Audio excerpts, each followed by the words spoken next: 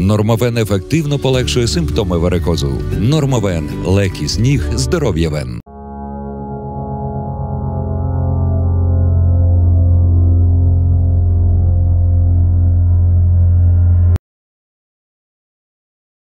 Here, patriots are already commenting in panic on what is happening with the Russian economy. Gherkin's comrade Maxim Kalashnikov said that Russia is moving toward an economic collapse, because of which a real revolution against the current government could begin in the country. Despite all these cheerful statements that everything is fine, everything is moving forward, we are winning. No, guys, unfortunately, the situation is very bad. I have long forgotten, I ignore.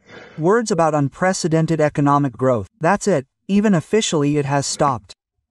The fact that we have the fourth economy in the world by some purchasing power parity, one cannot help but see what is happening in the rear, namely in the economy. An avalanche-like process of crisis payments, then our production begins to fall, and first of all, production with high-value products falls. As a rule, it begins with the fact that you do not have enough sales for your products and you, begin to have problems with liquidity and financial flows. In this situation, the first thing you have to save on, there are no other options, is to reduce the level of wages for workers. You have been gathering them for 3 years, preparing them, teaching them, there were not enough of them, welders and plumbers. And now you are talking about a 4-day week, and unpaid leave and everything else. We, as a plant, were one of those who supplied products to both Rosselmarsh and the Jurovsky plant. I have not supplied to either for more than 6 months. Those unpleasant things that happen at Rosselmarsh, you see, here is one problem, in my opinion, due to the scale of this company, that trouble, that is happening there, it has become widely known to the whole country. But because they are big, because they cannot go unnoticed. But this is only the means of the very top. After all, the same situation applies to everyone. That is, they also have 12,000 people working there, who are at the main enterprises. In total, Rosselmarsh employs approximately 60,000 people in the country in mechanical engineering and 60,000 people in high-value added production. This means that their sales have stopped.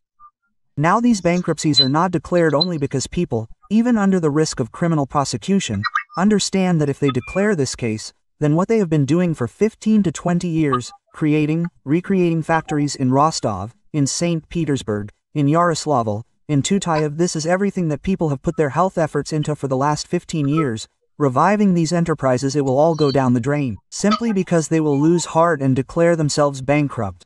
And people are taking risks, but this is up to a certain limit. Our ruble has fallen, it was 100, it became 79.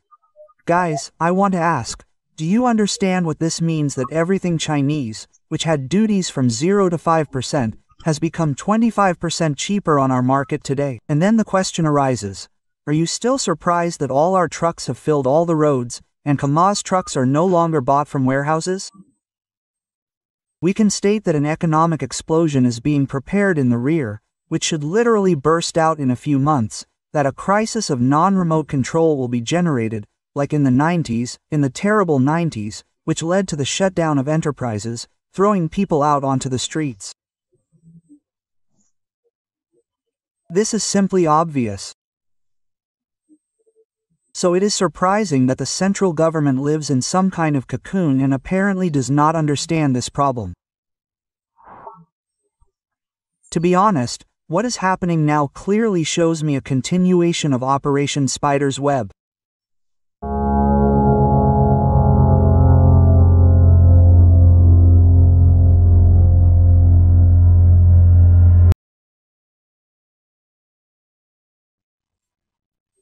The so-called SVO has been going on for 4 years now, which is why even convinced Zetniks have questions. What are they doing at all, and why are they not using their capabilities to the fullest? And here the same forbidden question begins to be born. Maybe they just don't have these capabilities? Colonel Rustam Klupov is perplexed. Why hasn't Russia delivered that crushing blow that would have accelerated their desired victory? We are not using all our capabilities, not all our resources. The disruption of logistics is also here. Maybe, repeating itself. Yes, it can't be, but repeating itself. We have talked about this very often. We also talk about these notorious bridges across the Dnieper. And the whole war consists of two parameters. These are technical capabilities and political will.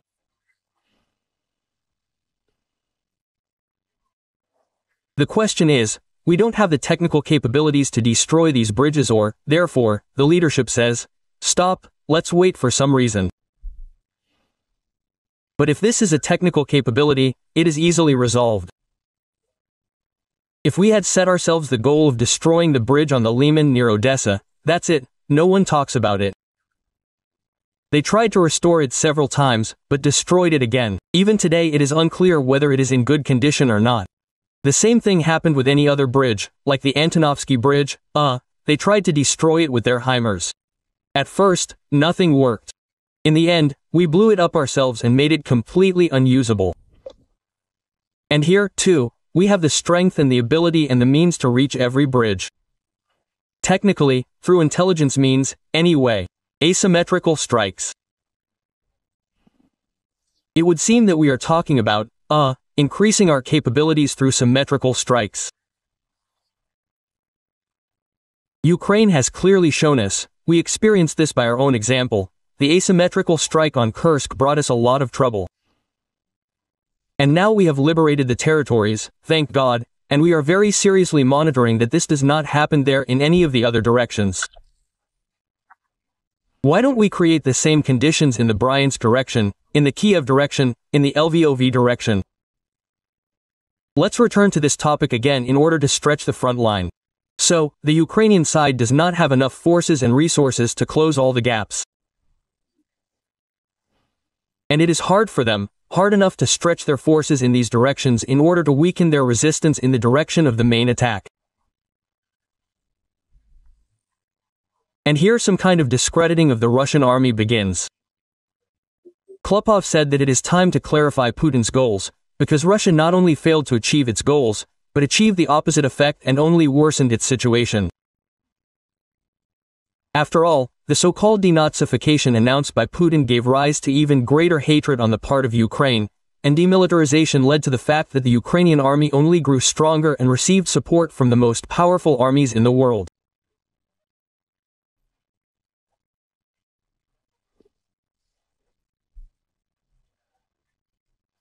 Now, after 3 years, the question arises about refining the military political goals, taking into account how NATO has performed as a whole, how individual states have performed, how the defensive, Ukraine is being built and how effective, therefore, are the previously set goals, because they set the goal of denazification, gave birth to a whole galaxy of followers of these Nazis, set themselves the goal of demilitarization, but led to the complete militarization of both society, therefore, and the state of this country.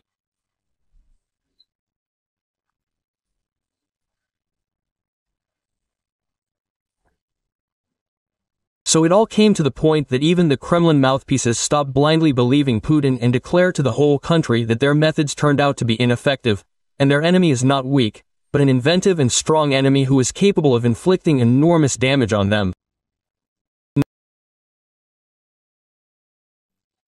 Even Kremlin radio is already openly admitting that sanctions are working. The economic situation is rapidly deteriorating, oil prices are falling, and the money is going to a war that is not producing results. They admit that there is less and less money in the budget, and no one knows where to get it. Economics and technology consultant Petr Zabortsev admitted live on air that a hole has formed in the budget, which is associated with a drop in income. And one of Russia's main problems is the decline in oil prices. Well, the situation is really getting more complicated.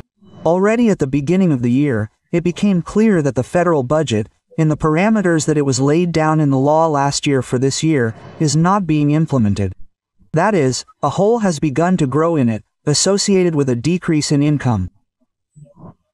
Now, when the dynamics of oil prices, on which we are very dependent and the budget depends, shows that it is much lower than the price that is included in the budget, it has become clear that there will be less income, especially from oil and gas. and less in the current adjustment, practically, well, a quarter less of these incomes is expected this year. That is, now, due to the lack of money in the budget, the country is cutting spending on all areas of life that are not even related to the war. But the Russian government does not plan to cut spending on the so-called SVO. That is, now, instead of developing industry, education and the welfare of the country in general, the budget is spent on the destruction of Ukraine and the mobilization of its own population. In general, I say again, the situation is getting more complicated. Indeed, the external situation is not conducive. Can we say that in the future it is possible to cut budget expenditures? The fact is, Ivan, the reduction of budget expenditures is already underway. It has been going on for several years. It is related to a special military operation. The thing is that the dynamics of expenses, it does not change much, but the share, that is, of expenses on defense, national defense in it is growing sharply. This means that other expenses are being reduced and redistributed, that is, expenses in favor of defense. That is, they directly admit that it is more important for Putin not to develop his country, but to wage a war of conquest against another state, while increasing Russian cemeteries. And there is simply nothing to cover the hole in the budget. Frankly speaking, there is a deficit and there is nothing, well, to cover it, in general. That is, external loans are closed, by and large. Internal borrowing is mainly only from oneself, because the basis of the financial sector is the state banks. That's it. And the liquid part of the National Welfare Fund, well, little by little, that is, the fund itself, it is still normal, but its liquid part in the form of, like money, it has almost halved, 2 since the beginning of the special military operation. And now it is even less than we used last year. That is, according to the expert, there is practically no money left in their National Welfare Fund, and the remainder there is less than what was taken from there last year. And this means that by the end of the year the money will completely run out. I think that for you and me, as ordinary people, yes, people who participate in economic life, it will be much more sensitive than these budget squabbles, in general, the reduction in economic dynamics this year. The thing is that given the tight monetary policy and normalization, well, that is, by and large, the reduction of spending not on defense industries, we may see a slowdown this year. The degree of its sharpness of the slowdown of the economy, that is, the decline in economic activity, will vary from sector to sector, but it will happen. That is, it is clear that construction is simply slowing down sharply. This is all clear. That is, it turns out that because of Putin's war, the state can no longer spend money on something useful for the population. And soon every resident of Russia will feel it for themselves. The defense forces of the south of Ukraine together with the SBU, GUR and the next unit stopped an enemy train with fuel near Takmak, and drone operators from the 65th Separate Mechanized Brigade burned it.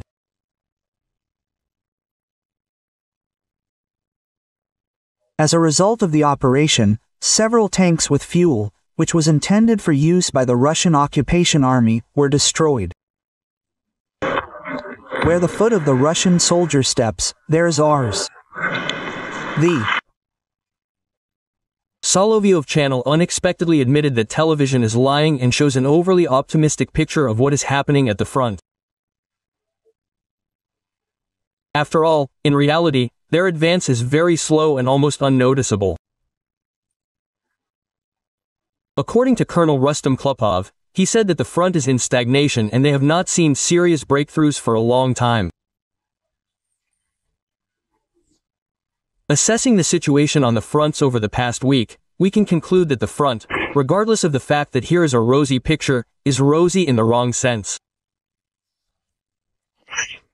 Such a promising picture we have, therefore, on television screens. In fact, the front is in a certain degree of stagnation. There are no serious activations in any of the directions. The front continues to move with such a creeping advance. Well, on the one hand, this is good, but on the other hand, the progress is quite slow. they said about the regions in Ukraine that we consider ours. Yes, I have said many times that I consider the Russian and Ukrainian people to be one people. In fact, in this sense, all of Ukraine is ours.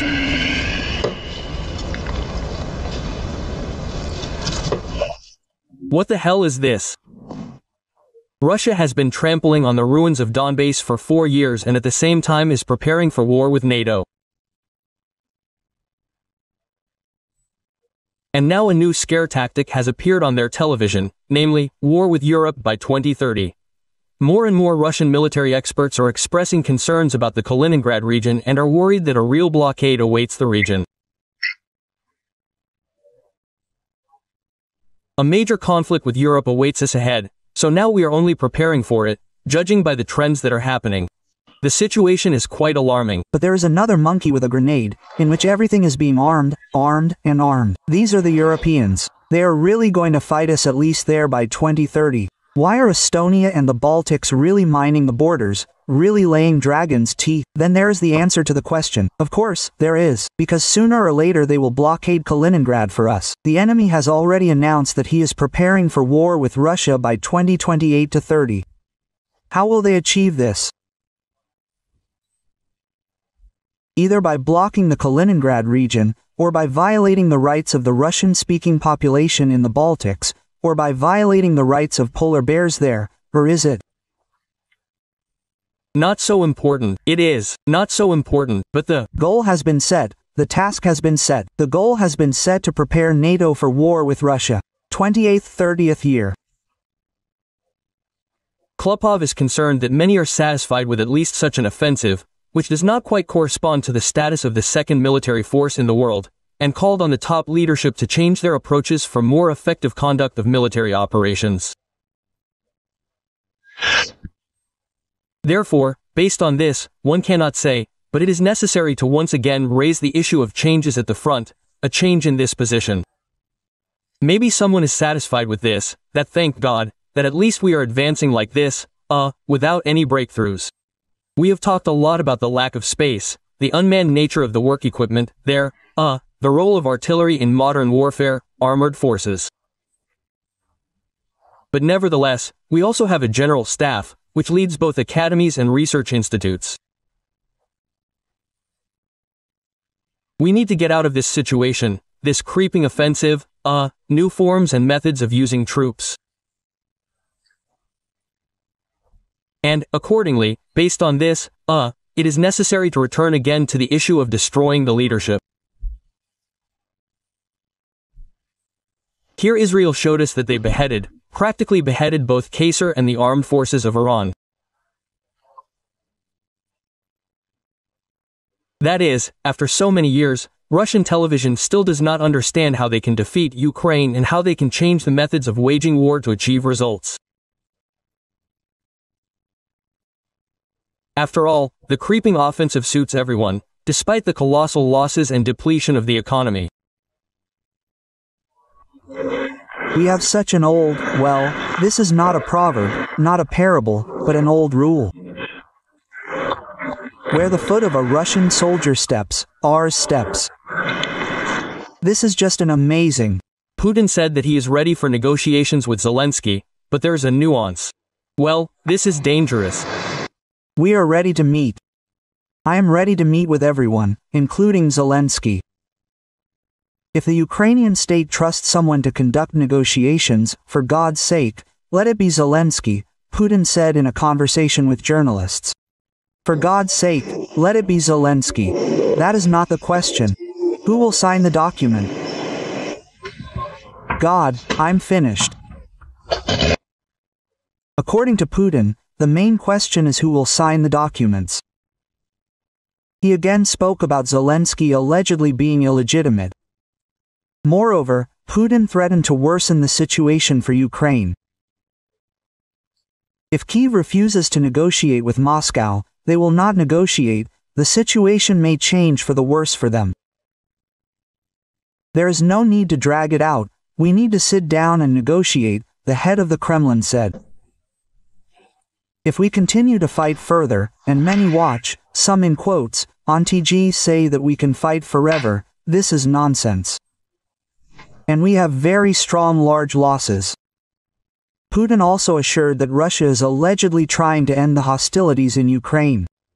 Yes, there is. No need to decide, that's it.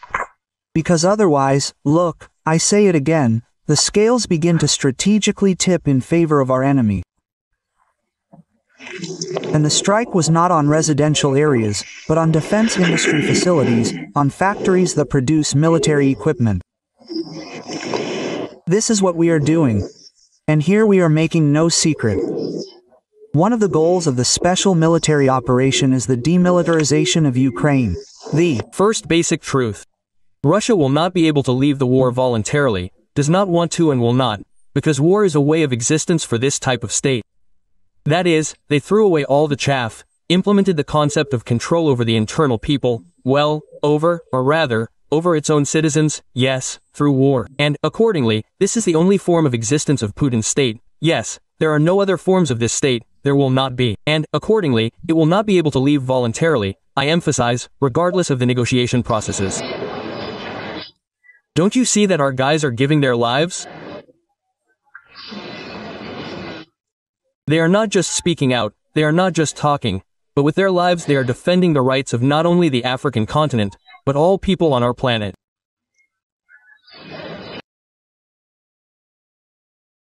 This special operation is not aimed at the civilian population. It does not pursue the goal of seizing the country's territory. And our army did not come to seize, but to help. Don't you think that Ukraine is still an ambition, an unhealthy ambition of one person in the Russian Federation?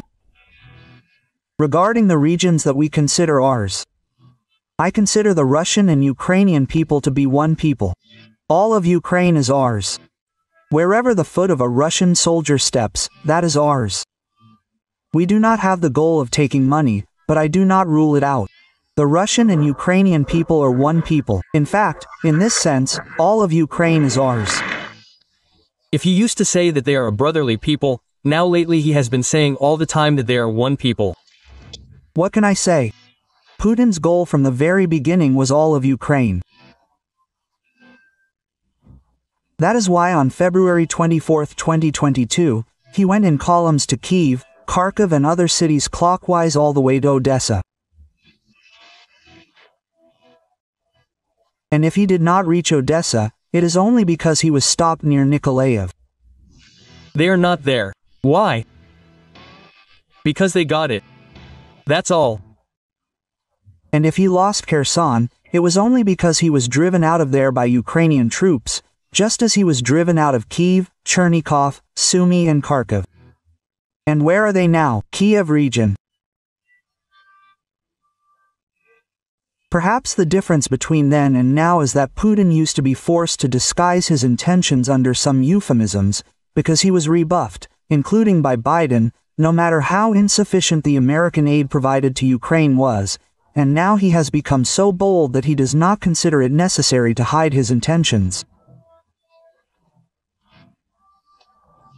So he says, we want everything, where we get to, we will get there. We will take as much as we can, quote, but we will not stop. We need all of Ukraine. We call it different things. We call it denazification. Try to achieve denazification if we do not have political control over this territory. We need demilitarization. Try to ensure militarization, that is, the absence of military power in a country that is independent, sovereign and has the support of NATO. This is impossible without establishing control over the entirety of this territory. Not Lugansk and Donetsk will be ours, but all of Ukraine. And all of this is more than Lugansk and Donetsk. But there is a nuance. I want to take and I can take. These are different things. And the difference between these two things exists only thanks to the Ukrainian defense forces, which are holding back the Russian occupation army on the borders where the fighting is now taking place. Therefore, all these years, the number one task for the entire free world has been supporting the armed forces of Ukraine. After all, Putin's want is not limited to Kiev, Kharkiv, Sumy or Lviv. It extends to Vilnius, Sri Lanka, Tallinn, Warsaw and other European cities. The Atlantic. That is, in theory, until a Russian soldier is stationed as a garrison and cooks porridge to feed the liberated residents of Berlin, Paris and Lisbon, these bastards will not calm down. This year we are advancing 5 times faster than last year. We are great, we have accelerated, but at this rate, if we are to liberate the entire Donetsk region, it will take 3 years or more. Just in the Donetsk region, I am 30 meters km per day. It's just pure mathematics. The advance of the Russian occupation army in the Sumy region, if not stopped, then at least localized. Unikovka is now turning into Novy Vovchansk for the Russian army. There is no threat of capturing Sumy, only shelling. The Ukrainian army is holding on, but desperately needs international support. For us, Ukraine is a source of danger, and the SVO began because of this, and Donbass fought for this. For 8 years, it resisted the spread of the threat from Kyiv, from Ukraine. And it must end precisely with the elimination of this threat. That is, we are not discussing issues of constitutional territories. They have already been enshrined. We will not discuss them in any format. There are simply no negotiations on the status of the LPR, DPR, Kherson, Zaporizhia, Crimea. There is no point. We do not discuss. We can only discuss things that are related to how life will be organized in the territory that is not yet under our control. I have a lot of questions about the Odessa, Nikolaev, Dnipropetrovsk and Kharkiv People's Republics. Absolutely right, because there are a lot of questions. Vladimir Vladimirovich imagines himself to be a great geopolitician, a historical figure. He is very concerned with the question of how to enter the history textbooks. He is not concerned with the question of, the lack of warm toilets in the Tavera region, in schools. This is all nonsense. But geopolitics, this is his. Frankly, history knows a huge number of examples when a mentally ill person stood at the head of the country. But this is it. But history has experienced this, chewed it over and spat it out. And this will pass. Changing the demarcation line of influence zones in Europe, denoting Central Europe and throwing the United States of America out of Europe. This is his official goal, the strategic goal not only of Putin, but of these very circles, this very, revanchist, group, in the Russian leadership and in Russian society, but of the group that perceives all of Central Europe as a zone of influence of Russia. And the question is, why should he stop? He should use this very moment to fix the new state, to compensate for that very geopolitical catastrophe that happened in 1991, which Putin has spoken about more than once. And then he can say, yes, now we can, at least for a while, suspend military action. I am a Russian, and I do not need foreign territories. I do not need Crimea, that is Ukraine. I do not need Donetsk and Lugansk. These territories also belong to Ukraine. I do not need the territory of Mariupol or other cities occupied by a criminal state. I do not understand why I should expand my borders if my country is dying out, degrading and overgrown with hogweed. I have no doubt that my country's soldiers should not be on the territory of Syria, Georgia, Ukraine or other states. I did not give my permission for my contributions to be spent on missiles and shells that fly to foreign countries, killing hundreds of thousands of people like me. I do not understand how my compatriots even explain to themselves the need for wars and the need to seize foreign territories. How did they come to the conclusion that with weapons in hand you can bring love, kindness and freedom? How can you call occupation, murder, violence, torture and other crimes the Russian world? Today's Russia is a threat to the entire sane world of militarization. And now it is returning to Europe, and not only in the Baltic countries, in Poland, but also in Germany, in France, in Britain.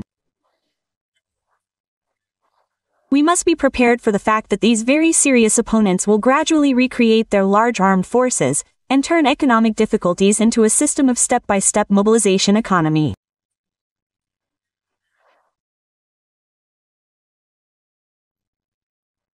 The Atomic Energy Organization of Iran announced that the Islamic Republic will significantly increase the production of enriched uranium. A new enrichment facility is being commissioned on a previously prepared site. The first-generation centrifuges at the Fordow facility will be replaced with new sixth-generation ones. And some small things. We will reduce cooperation with the Megate, send inspectors. Our response to the Zionists and the Americans will shake the foundations of the universe, the pillar of sacred fire and blah blah blah. In general, the Khamenei people need additional penetration. Note that the U.S. strike on Iran did not involve 3 aircraft carriers and their escort ships, and they are there. And since strategic aviation has already been used, they are there for a reason. One can fully expect an even more massive strike. We once offered our Iranian friends to work in the field of air defense systems. Well, the partners did not show much interest then. Well, that's all. As for the treaty we mentioned, about strategic partnership, there are no articles related to the defense sphere. That's the second thing. And thirdly, our Iranian friends are not asking us about this, so there is practically nothing to discuss.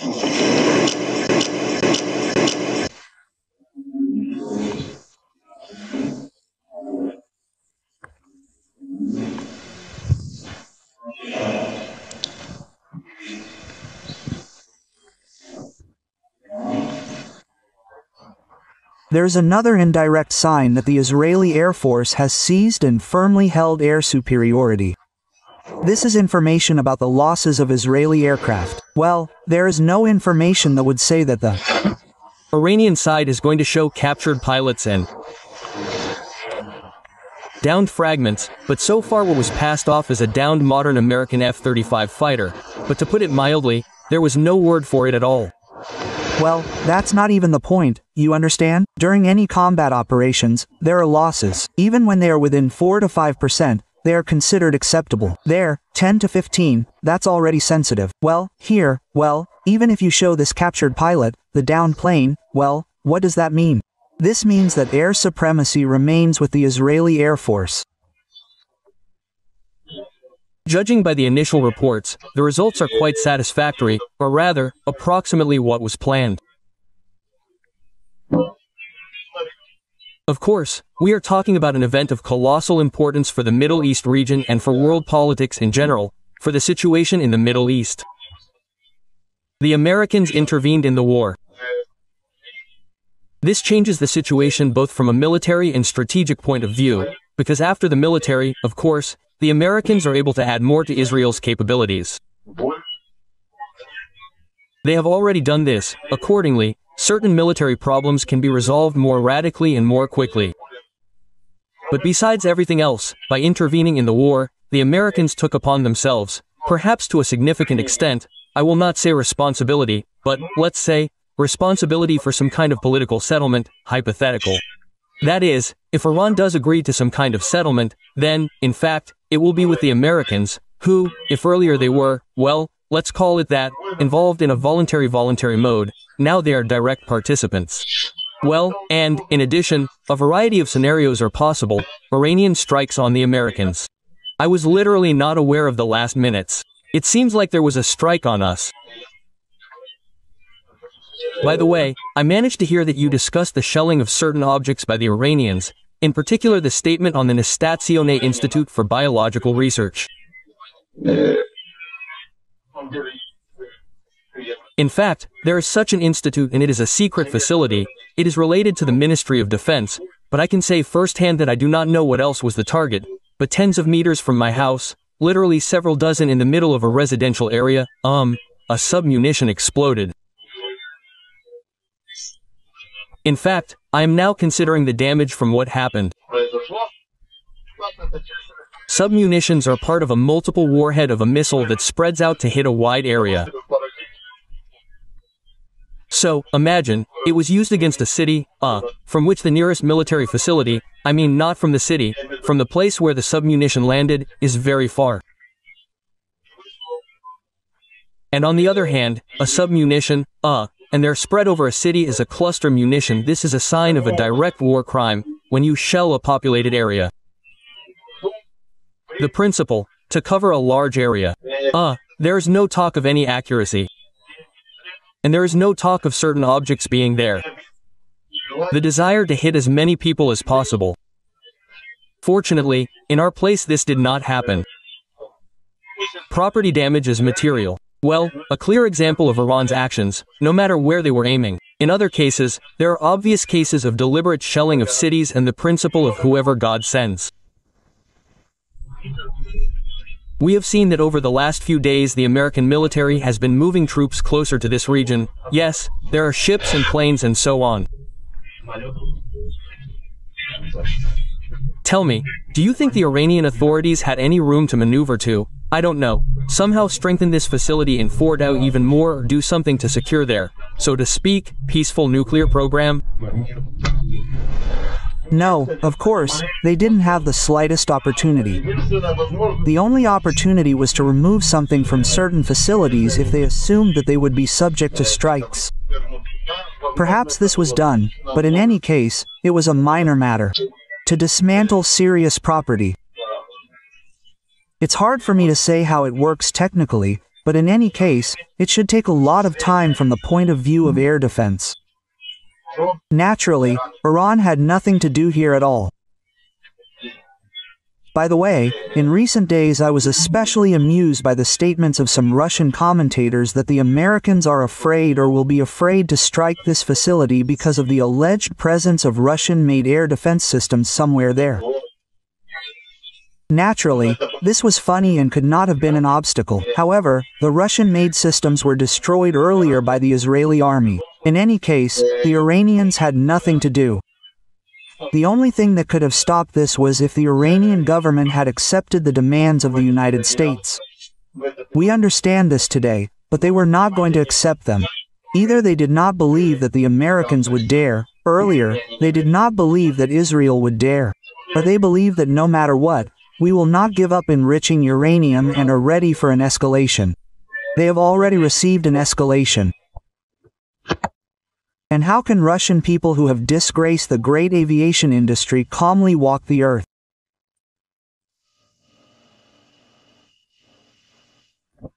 The homeland of Antonov, Tupolev, Sukhoi, Mikhail, Gurevich. And now someone appears and says, well, here and their billions, it didn't work out.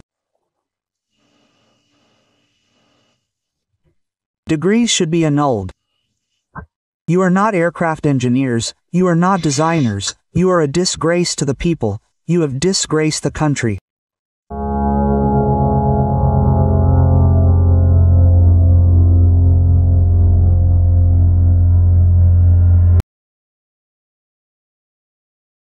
Russian political scientist Georgy Bove admitted that Russia will not be able to achieve its goals, because there are no obvious changes on the battlefield, and no one will accept their terms at the negotiations. The result is impossible today. Well, why bother trying to put on some kind of, so to speak, serious expression and pretend that this result will be achieved any minute now?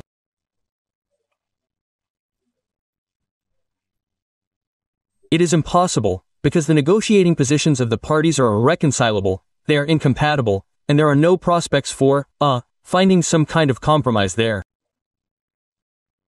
Neither side wants to make any concessions. Somehow, Ukrainian officials have become bolder after this, especially at the level of Zelensky. He says that they are somewhere a few steps away from victory over Russia. This is the first point, and, in my opinion, the head of the terrorist organization of the SBU, Malyuk, a terrorist, an extremist, made a rather alarming statement. It is also important to talk about this. Where would we be without it? Because everything needs to be talked about everywhere. And there, a rather alarming, I will tell you again, quote, the SBU will beat the enemy where he considers himself unreachable. We are working to surprise him with new surprises, no less painful than the web itself. Quote. Does this mean that they will try to pull something like this again, despite the fact that the states, obviously, told them that it is not good to do so? You know, strikes on strategic aviation are not the most critical blow to the nuclear triad, although painful.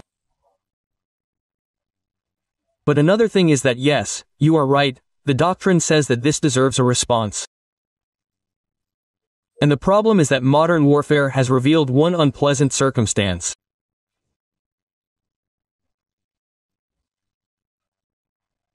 Our vast territory, which for many centuries was Russia's main strategic advantage, has become its main strategic disadvantage, because it cannot be covered entirely by air defense systems, as it turns out.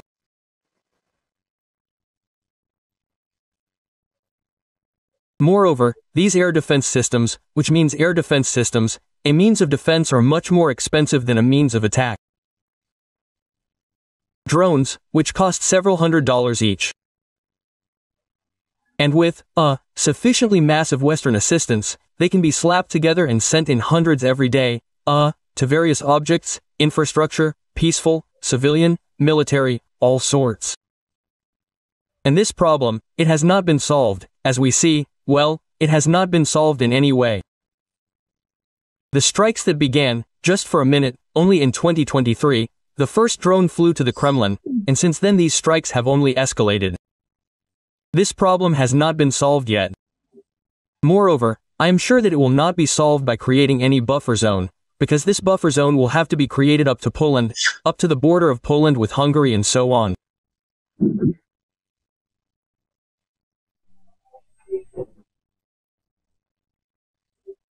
And that is why this confidence of the Ukrainian leadership that they have found a method of waging war that is cheap enough for them, but painful enough for us.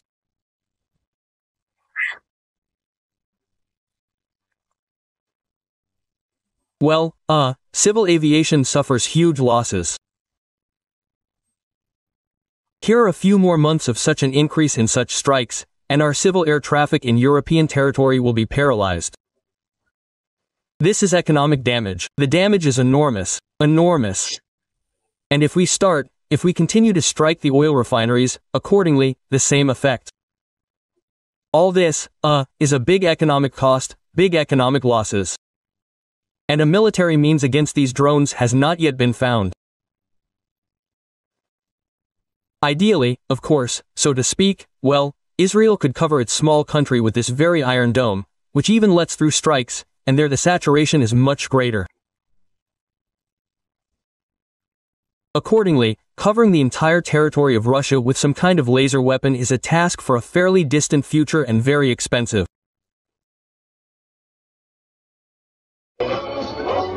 We don't even have any desire or thoughts about it, realizing that this day for a person can be the last. Russians do not abandon their own, they eat them. In a radio intercept of the GUR, the commander of one of the units of the reconnaissance battalion of the 68th Motorized Rifle Division of the Russian Armed Forces says that a Russian occupier with the call sign FOMA was considered missing in action, but, as it turned out, he actually disappeared in the belly of another occupier with a call sign, Brelok. So the keychain ate my mouth. No one ate anywhere. The keychain knocked him down, and then ate the reception for 2 weeks. Come on. On yourself, little Chelik. And the keychain really was there 200 to 1, when, well, yes, they say 200 was. But he ate his partner, so this is just him for reflection, I myself. As it turned out, later they found negatively alive, but well fed and the keychain itself. Together with FOMA, he fought in the Kupiansk direction in the area of Zapadnoy and the village of Liman I as part of the 52nd Separate Reconnaissance Battalion. Glorify Russia in a single march. Glory to Russia. Well, besides the fact that the Russians eat their own, they also throw them in. During the latest repatriations, Russia handed over the bodies of its own soldiers to Ukraine. Here's a specific example. Corpse number 19,225 is dressed in the uniform of the Russian Armed Forces. He has a dog tag and a passport of a citizen of the Russian Federation, extracts from the commander's order, as well as a military ID. This is Bugayev Alexander Viktorovich, a serviceman of the 1st Battalion of the 39th Separate Guards Motorized Rifle Brigade of the Armed Forces of the Russian Federation.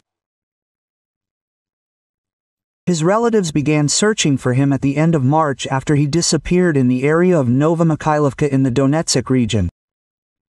And this is not an isolated case. Russia does not give a damn about its citizens. They simply throw their bodies in with the bodies of Ukrainian soldiers.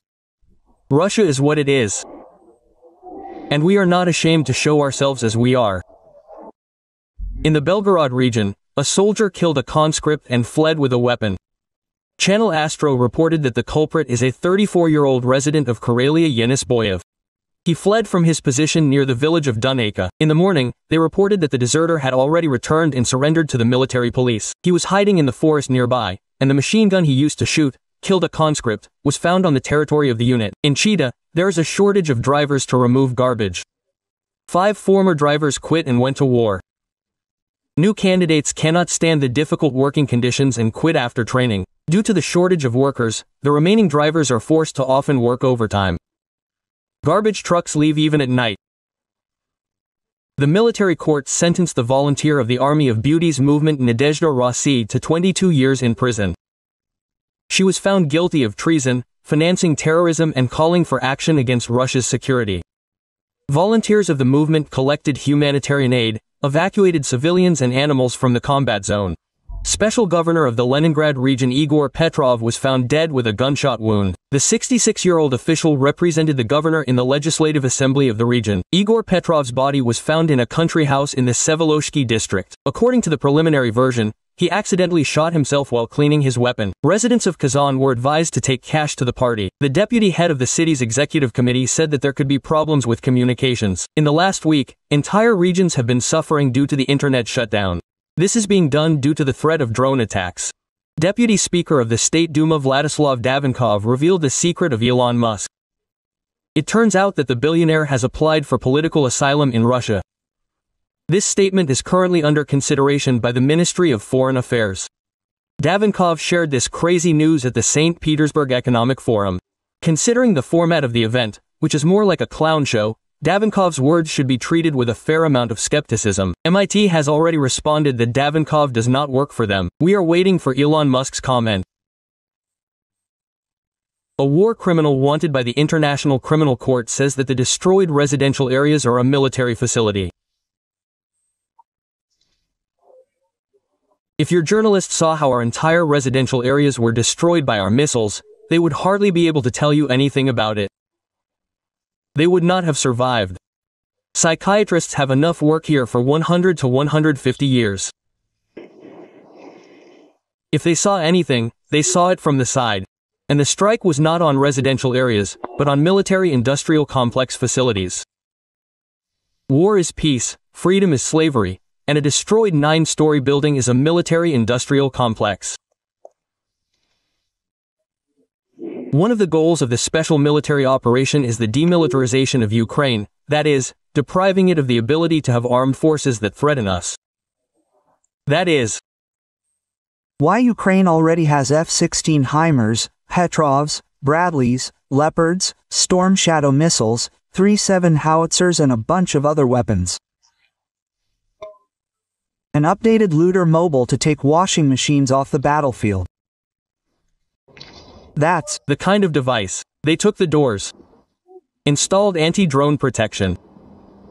That is, the guys say they attack from the front and from behind. Well, there is a shooter in the back, so they said not to protect the back. They said not to protect the back because it would be inconvenient to load the washing machines into the trunk. They made additional reinforcement here, strengthened the body. There will be a platform and belts here, so that the washing machines do not hit each other. That's the kind of device. We are still waiting for a conveyor belt to protect the engine compartment and the evacuation compartment from shrapnel. That is, everything is welded here. Everything is additionally done. Pipes for rigidity. Everything was welded here too. In short, everything was done according to the standards of late Putinism, so that 4 washing machines could be transported at once without any problems. A resident of Voronezh, whose son did not return from Ukraine, instead of financial aid was sent flags and a t-shirt with the inscription, "We do not abandon our own." We did not abandon our own here either. Quote, their own were sent a t-shirt. How can Russian people who have disgraced the great aviation industry walk the earth in peace? The homeland of Antonov, Tupolev, Sukhoi, Mikhail, Gurevich.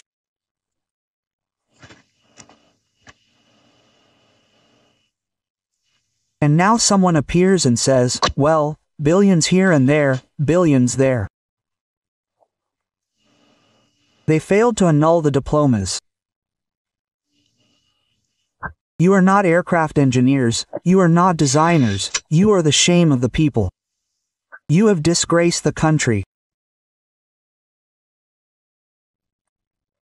T-Patriots are already commenting in panic on what is happening with the Russian economy. Gherkin's comrade Maxim Kalashnikov said that Russia is heading for an economic collapse, which could cause a real revolution against the current government.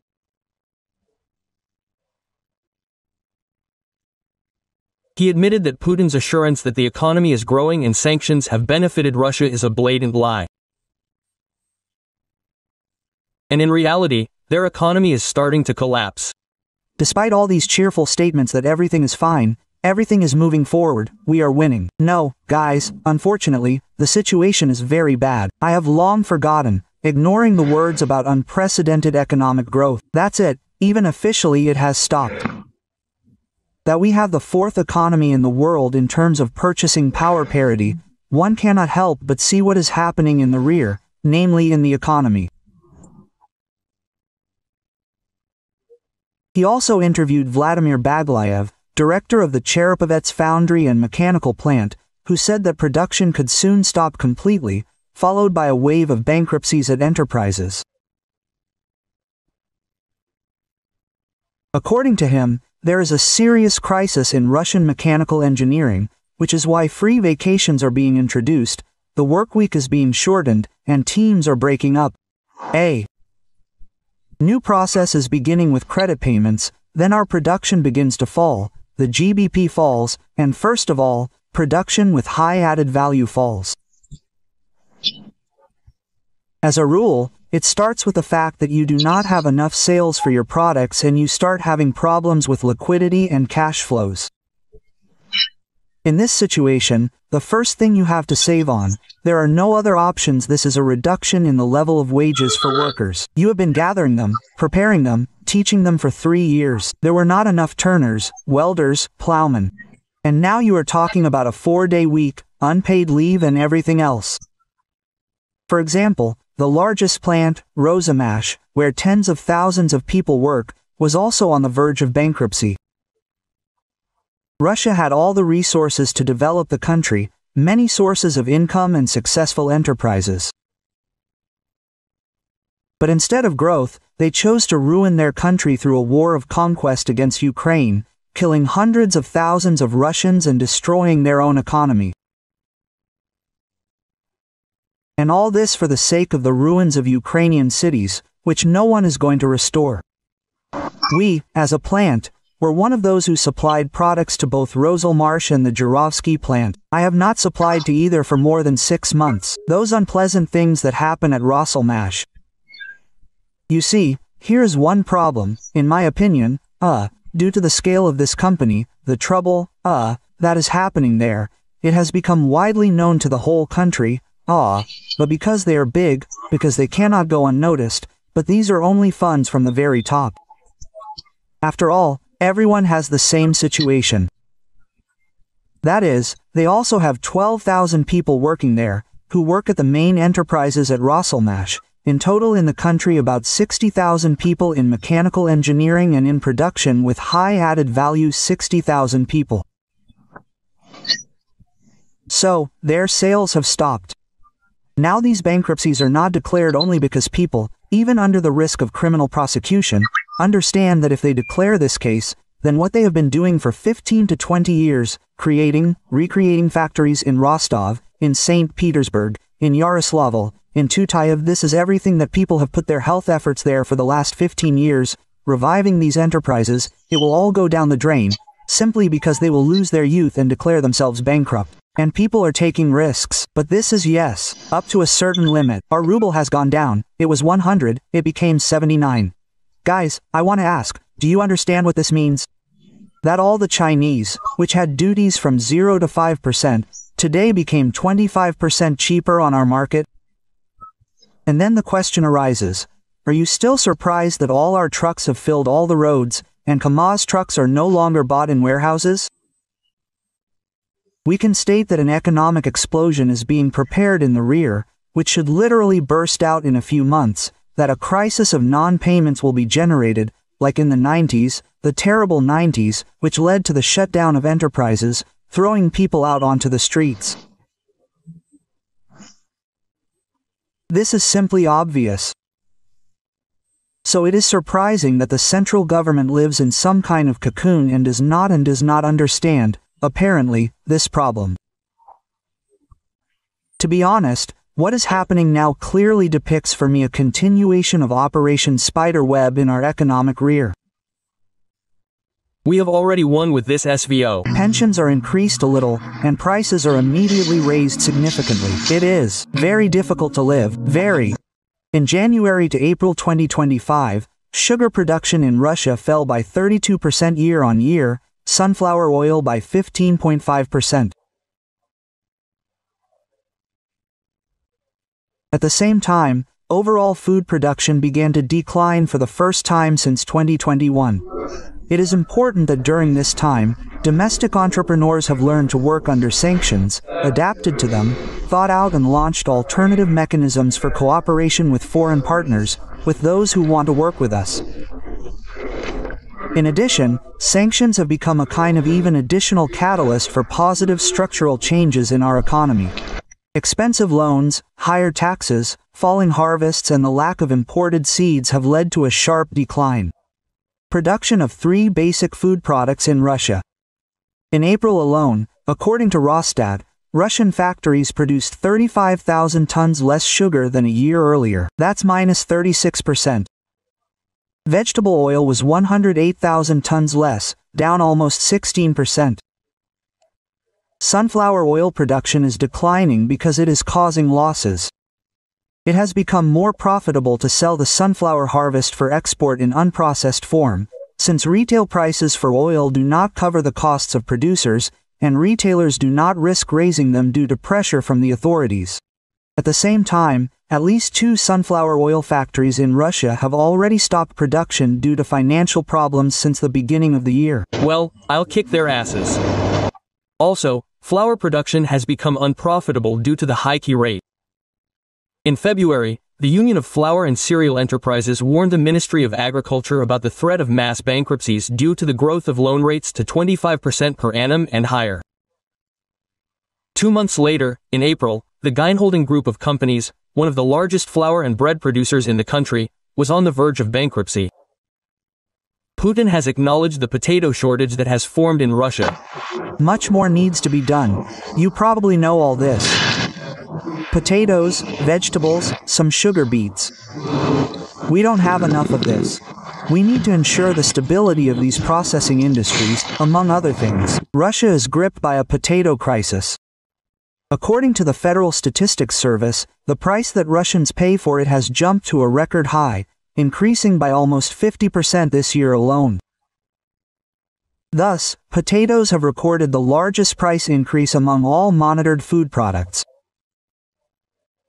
This happened after prices almost doubled in 2024 amid poor harvests.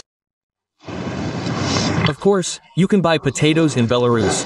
They are big experts in potatoes there, but they have quite a lot of their own too. So, it ran out there. And did it run out there this year? How did it run out? In Belarus, Alexander Grigoryevich is holding a meeting there. Maxim says that potatoes have run out in Belarus. Something like that. The salary, frankly speaking, is not small in the country. The average, which, let's take, It allows you to buy a significantly larger number of bottles than, for example, the average salary of the Soviet period.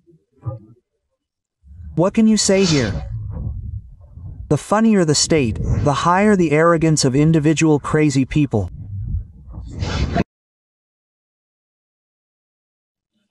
Growth is exhausted. How military mobilization and the raw materials crisis stopped the Russian economy. The Russian economy, which in 2023-24 demonstrated record growth rates of up to 4.5% per year. In the spring of 2025, it began to noticeably stall. Already in the first quarter of this year, annual GDP growth fell to 2%, the minimum level since the beginning of the Great War.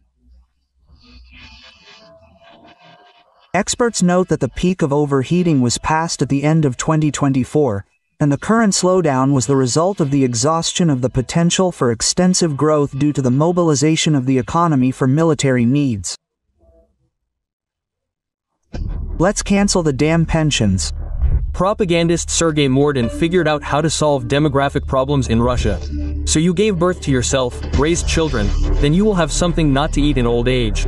No, you will die. Okay, he is an idiot. But those who consume this information product have completely become brutal. Transfer of resources to the military sector and stagnation of civilian industries. The main factor in the slowdown. Large-scale transfer of resources to the defense sector. According to the Center for Macroeconomic Analysis and Short-Term Forecasting, CMASF, the civilian industry went into recession in the first quarter of 2025. Production volume fell by 0.8% per month. And in a number of industries, electrical equipment, mechanical engineering, building materials, the decline was even deeper. Financing the war requires constant investments in the military-industrial complex,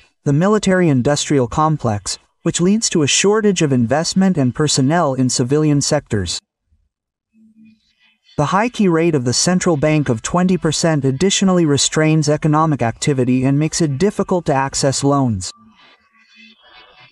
Colossal injections of funds into the military-industrial complex, a drop in oil prices as a result of Western sanctions, an increase in the inflation rate of more than 10%, as well as an increase in the key rate to a record level of 21% have led to the fact that the standard of living in Russia is rapidly declining. Falling oil and gas revenues.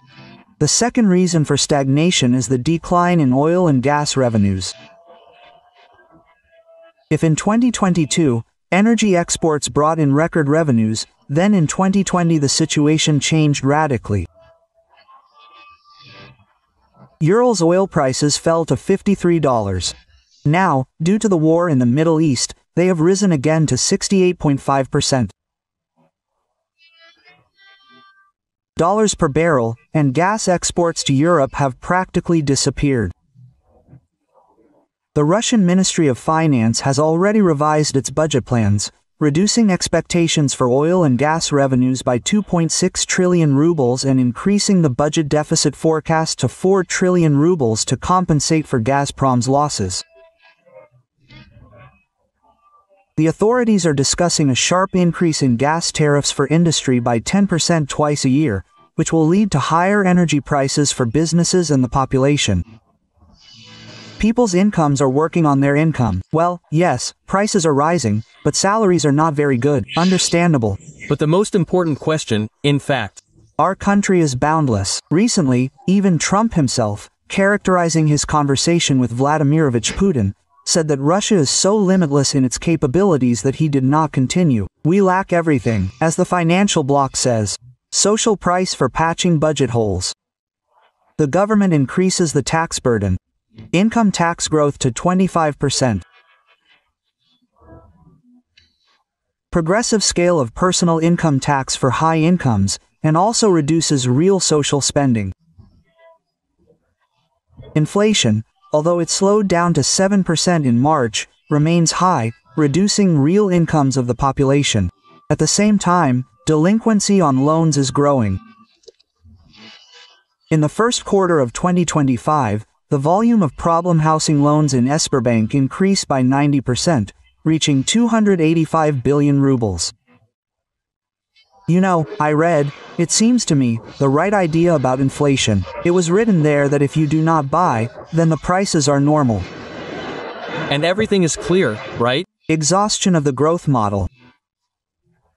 Even Kremlin managers admit that the extensive growth model based on mobilization and raw materials exports has exhausted its potential. As Deputy Chief of Staff of the Presidential Administration Maxim Worishkin notes, the Russian economic growth model has been exhausted. Everything is stable, steadily down, steadily negative growth. But this is the result. In addition, Kyiv's Western partners also intend to force the Kremlin to peace talks with Ukraine. Thus, Senator and Republican Lindsey Graham said that it is necessary to introduce new sanctions against Russia before the summit of the G7 countries in June, Bloomberg reports.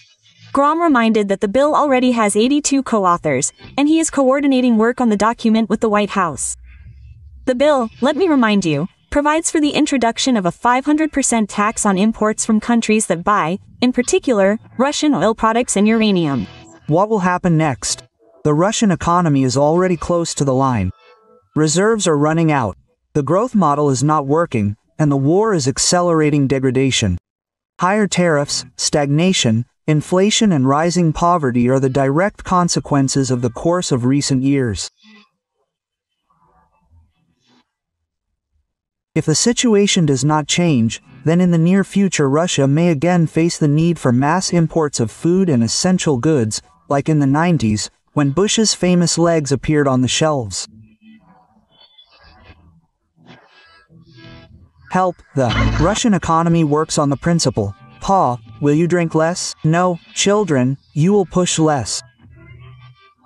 And in this sense, the Kremlin's priorities are connected with military production, connected with some kind of filling, social payments, which are certainly guaranteed to be made there. Yes, they are not indexed the way people would like. Yes, they do not cover, they are becoming less due to inflation, but nevertheless they are paid. These will be the priorities. This means, as we have already said, fewer roads will be built, fewer bridges will be repaired, less dilapidated housing will be resettled, and the housing and utilities networks will remain in the form in which they are, in which we are accustomed to seeing them all.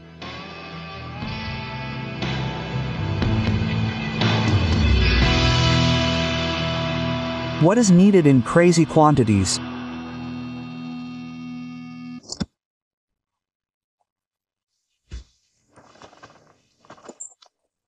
How do you imagine this?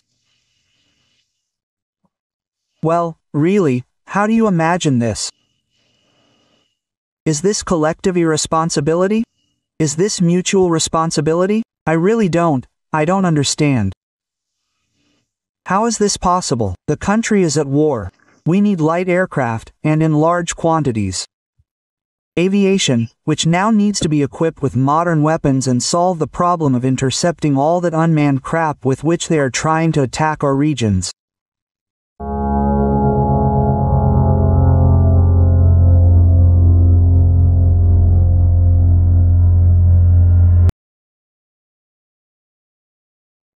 Colonel Klopov stated that all the goals set by Russia had failed. He reported that the Zetniks demanded complete denazification and demilitarization, but everything turned out the opposite.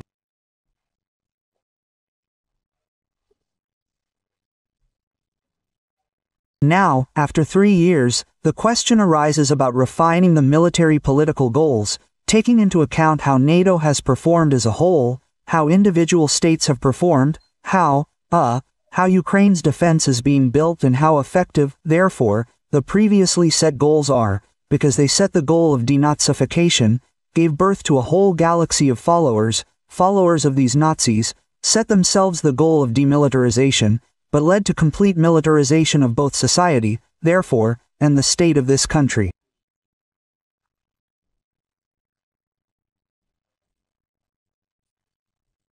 Kalashnikov noted that a turning point has approached. He reported that Russia has encountered enormous problems that could ultimately lead to its collapse. You understand that a turning point is approaching now. No, I repeat my old forecasts. Either we take Ukraine out of the war, or we will face a very strong economic and subsequent world events. Draw your own conclusions. Apta Ladanov said that Russia urgently needs to prepare 1 million occupiers and take them by numbers, which Kalashnikov disagreed with. The military blogger explained that in this case the economy will not withstand and Russia will fall. Zetnik insists that they do not need a large army, but good command and ingenuity, which is inherent in Ukraine. I heard what the respected Aptarinich Ladina, general, said, that 1 million people need to be put under arms in connection with these events, now the current ones. Well, I would still object to him, because in the current state of the economy, which has not been transferred to the rails of military socialism, the State Defense Committee has not been created. In the current state of the economy and management in the Russian Federation in general, this 1 million people, if you call them now, it is simply that which will overturn the economy of the Russian Federation. And after all, it is not the masses that should fight, Aptarovich, but the mind, the ingenuity that should be learned. It would not be a sin to do so in this case. But not the masses to crush, but as they say, ingenuity and such futuristic weapons. Zetnik stated that the situation is not developing for the better for Russia, hinting at a possible revolution. We must stick together, because the situation is going on now, it is developing absolutely not for the better for us. Very, very turbulent processes may also begin within the Russian Federation. Regarding the arrest of Mikhail Polankov, call-sign Krustalik, author of the Telegram channel Soldatskaya Pravda, Pyotr Mikhail was voicing very inconvenient things. Inconvenient truth, which is on the edge, very on the edge with discrediting. If there was a person, an article would be found. Well, here is the same case. The purges of angry Z-patriots continue. Gherkin's associate Mikhail Polankov, who also supported the war against Ukraine since 2014, recruited Russian mercenaries and sent them to participate in hostilities in Donbass, but at the same time opposed the current government, was arrested. He was detained by military police, who knocked down the door of his apartment and handcuffed him, because he is considered a deserter. Come on, open up, I'll break too. Open up. Open the door. Come out. Come out. In 2022, he managed to fight, but his heroism did not last long. After all, having seen a real war with his own eyes, he decided that he had enough and that he had already paid his debt to his homeland. And he recorded an appeal in which he stated that his contract was over and simply left for Moscow, and also asked his subscribers to send him money. After all, because he is listed in the army, he cannot get a job. Today, November 16, 23, my 1-year contract with the Ministry of Defense of the Russian Federation ended, and I consider myself free in all my actions. Perhaps, the Ministry of Defense will bring me there or try to challenge my actions, yes, since at the moment I am unemployed, and I cannot get a job, because I have not yet been dismissed from official service. Here, under each publication on my channel, or rather, not under each, but under each publication that can be regarded as intellectual property, in addition to the sign-up banner, a support banner has now appeared, and that is the whole point of these hooray patriots. After all, they were the ones who shouted the loudest that Russia needed to start this war. But in the end, most of them didn't go to defend it, and some fled at the first opportunity.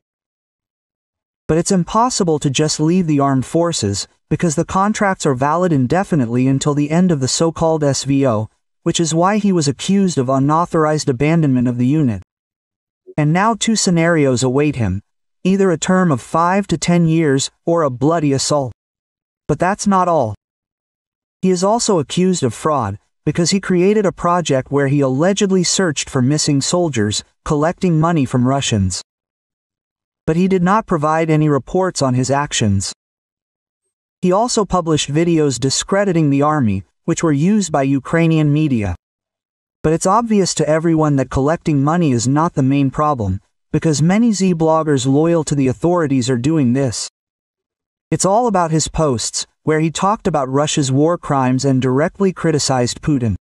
It immediately seemed to me that Putin and Biden were talking about the final collapse of Russia, in order to destroy it. They do not want victory. They need either the destruction of each other, or the final collapse of Russia. Yes, that Putin is working in cahoots with all these comrades. The European Union, there in America and so on, works for this.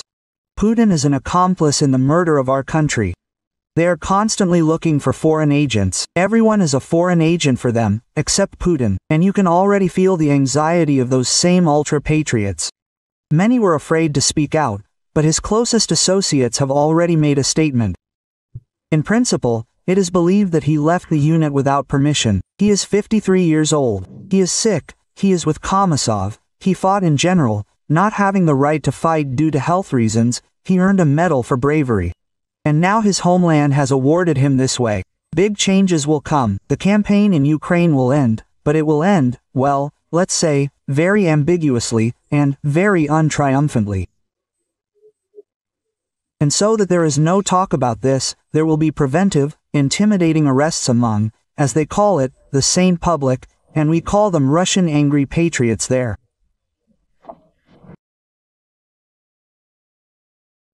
Klopov openly admitted that all the goals set by Russia since the beginning of the invasion have failed. The Zetniks demanded the complete denazification and demilitarization of Ukraine. However, the reality turned out to be the opposite. Ukraine has grown stronger, and Russia is getting deeper into a protracted and exhausting war.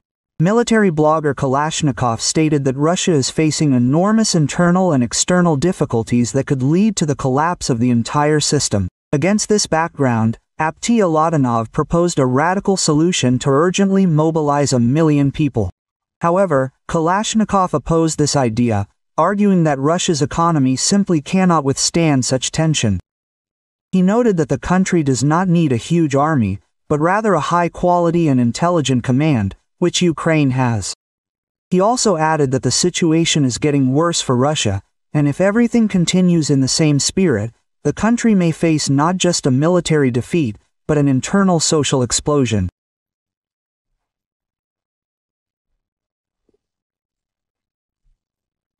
Now, after 3 years, the question arises of refining the military political goals, taking into account how NATO has performed as a whole, how individual states have performed, how Ukraine's defense is being built, and how effective, that is, the previously set goals are, because they set the goal of denazification, and gave birth to a whole galaxy of followers of these Nazis.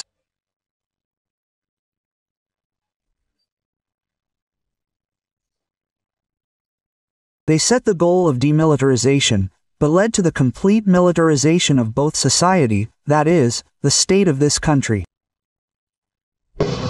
You understand that a turning point is approaching. I repeat my old forecasts. Either we withdraw Ukraine from the war, or we will face a very strong economic and subsequent events. Draw your own conclusions. I heard what the respected Apteranovich Ladanov, general, said, that 1 million people must be put under arms in connection with these current events. Well, I would still object to him, because in the current state of the economy, which has not been transferred to the rails of military socialism, the State Defense Committee has not been created. In the current state of the economy and management in the Russian Federation in general, this 1 million people, if you call them now, you are simply what will overturn the economy of the Russian Federation. And it is not the masses that must fight, Apterovich, but the mind, the ingenuity that must be learned. I did not row to do this in this case. Well, not to crush with the masses, but as they say, with ingenuity and such futuristic weapons. We must stick together, because the situation is now developing in a completely not the best direction for us. Very, very turbulent processes can also begin inside the Russian Federation. Российское телевидение показывает кадры якобы интенсивного и успешного наступления. Однако, по словам Клупова, это совершенно не соответствует реальности. Панкин продемонстрировал ту самую яркую картинку, о которой говорил Клупов. И все-таки зетникам по-прежнему нужно хоть какое-то доказательство их выдуманного успеха. Они отчаянно ждут, что оккупанты сделают что-то, что могло бы порадовать зет-патриотов. Они мечтают, чтобы в Украине произошло нечто масштабное, чтобы можно было продемонстрировать победные кадры по телевидению. Циничный Панкин, не скрывая удовольствия, разглядывает фотографии разрушенной херсонской администрации и открыто говорит, что хочет видеть еще больше таких снимков. При этом ни он, ни другие зетники не упоминают о том, что удары наносятся по гражданской инфраструктуре. До сих пор не укладывается в голове, как можно радоваться чужой боли и разрушениям. Но именно это, по словам ведущего, вдохновляет россиян. А Калашников продолжает предлагать свои идеи ведения боевых действий. Пожалуй, в одном он все же прав. Украина продолжает ткать паутину, в которую Россия неизбежно встрянет. Оценивая положение на фронтах за истекшую неделю, можно сделать вывод, что фронт, независимо от того, что вот радужная картинка у нас, радужная не в том смысле, такая перспективная картинка у нас, значит, на телевизионных экранах, на самом деле фронт находится в определенной степени стагнации. Вот. Не видно каких-то серьезных активизаций на каком-то либо из направлений. Как двигался фронт таким ползучим наступлением, так и продолжает двигаться. Ну, с одной стороны, это хорошо, а с другой стороны, продвижение достаточно медленное. Мы настолько сильно устали от отсутствия каких-то громких новостей из Украины, которые бы, немножко нас порадовали, что действительно продвижение-то оно идет. Да, мы постоянно говорим о том, что вот-вот подойдем к Сумам. И не только к Сумам. Каждый день сообщается о взятии новых населенных пунктов. Но так, чтобы это встряхнуло действительно и разбежалось по всем интернет-СМИ, в том числе и телеграм-каналы, таких новостей давным-давно не было, которые порадовали каждого русского человека, да, каждого патриота России. Информационная поддержка того, что происходит, она же, мы все понимаем, очень важна. У них вот есть чем похвастаться, что показать аудитории, да, вот эти вот, я имею в виду дымящиеся наши стратегии. Нам тоже, я имею в виду, надо что-то показывать. Должна быть какая-то картинка, чтобы вы не только у нас здесь, но и во всем мире видели, что там на Украине происходит самая настоящая жара. Вчера красивый кадр был, действительно красивый. Удар по херсонской администрации. Вот это я понимаю, вот такие кадры нужны, чтобы они разбегались по лучшим телеграм-домам, чтобы было что показать. И это бы нам лишний раз напоминало, что мы действительно продвигаемся вперед, что мы действительно настроены решительно. Штаб-квартира разведки. Это, в общем, то, что в Киеве на 4-м году войны стоит целым невредимым. Вот СБУ и ГУР, и там собственно говоря, их руководители продолжают ткать паутину. On the Soloviev channel, they unexpectedly admitted that television is lying and showing an overly optimistic picture of what is happening at the front. After all, in reality, their advance is very slow and almost unnoticeable. According to Colonel Rustam Klupov, he said that the front is in stagnation, and they have not seen any serious breakthroughs for a long time. Assessing the situation at the fronts over the past week, we can conclude that the front, regardless of the fact that we have a rosy picture, rosy not in the sense of, such a promising picture we have on television screens. In fact, the front is in a certain degree of stagnation. Look, there are no serious activations visible in any of the directions. The front continues to move with such a creeping advance. Well, on the one hand, this is good, but on the other hand, the advance is quite, slow. They said about the regions in Ukraine that we consider ours. Yes, I have said many times that I consider the Russian and Ukrainian people to be one people in fact. And in this sense, all of Ukraine is ours.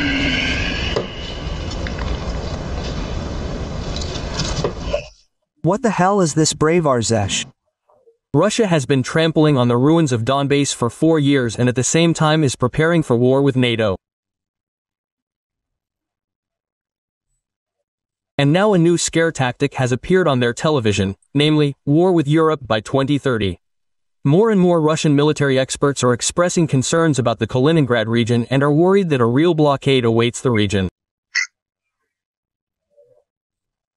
A major conflict with Europe awaits us ahead, so now we are only preparing for it, judging by the trends that are happening. The situation is quite alarming. But there's another monkey with a grenade that is arming, and arming. These are the Europeans. They are really going to fight us there at least by 2030. Why are Estonia and the Baltic states really mining their borders, really laying dragon's teeth? Of course they are, because sooner or later they will blockade Kaliningrad for us. The enemy has already announced that it is preparing for war with Russia by 2028 to 30. How will they achieve this? Either by blocking the Kaliningrad region, or by violating the rights of, the Russian-speaking population in the Baltic states, or by violating the rights of polar bears there, or it is not so important. It is not so important, but the goal has been set, the task has been set. Yes, the goal has been set to prepare NATO for war with Russia in 2020 to 30. Klopov is concerned that many are satisfied with at least this kind of offensive, which does not really correspond to the status of the second military force in the world, and called on the top leadership to change their approaches for a more effective introduction of military operations. Therefore, based on this, one cannot say, but it is necessary to once again raise the issue of changing at the front, changing this position. Maybe someone is happy with this, thank God, that at least we are advancing without any breakthroughs. We have talked a lot about the lack of space, the unmanned nature of the equipment, the role of artillery in a modern war of armored forces. But nevertheless, we also have a general staff, which leads both academies and research institutes. We need to get out of this situation, this creeping offensive. New forms and methods of using troops. And, accordingly, based on this, it is necessary to return to the issue of, the destruction of the leadership. Israel showed us that they practically beheaded both Qasser and the armed forces of Iran. That is, after so many years, Russian television still does not understand how they can defeat Ukraine and how they can change the methods of waging war to achieve results. After all, the creeping offensive suits everyone, despite the colossal losses and depletion of the economy. We have this old, well, it's not a proverb, not a parable, but an old rule. Where the foot of a Russian soldier steps, there is ours. This is just an amazing. Putin said that he is ready for negotiations with Zelensky, but there is a nuance.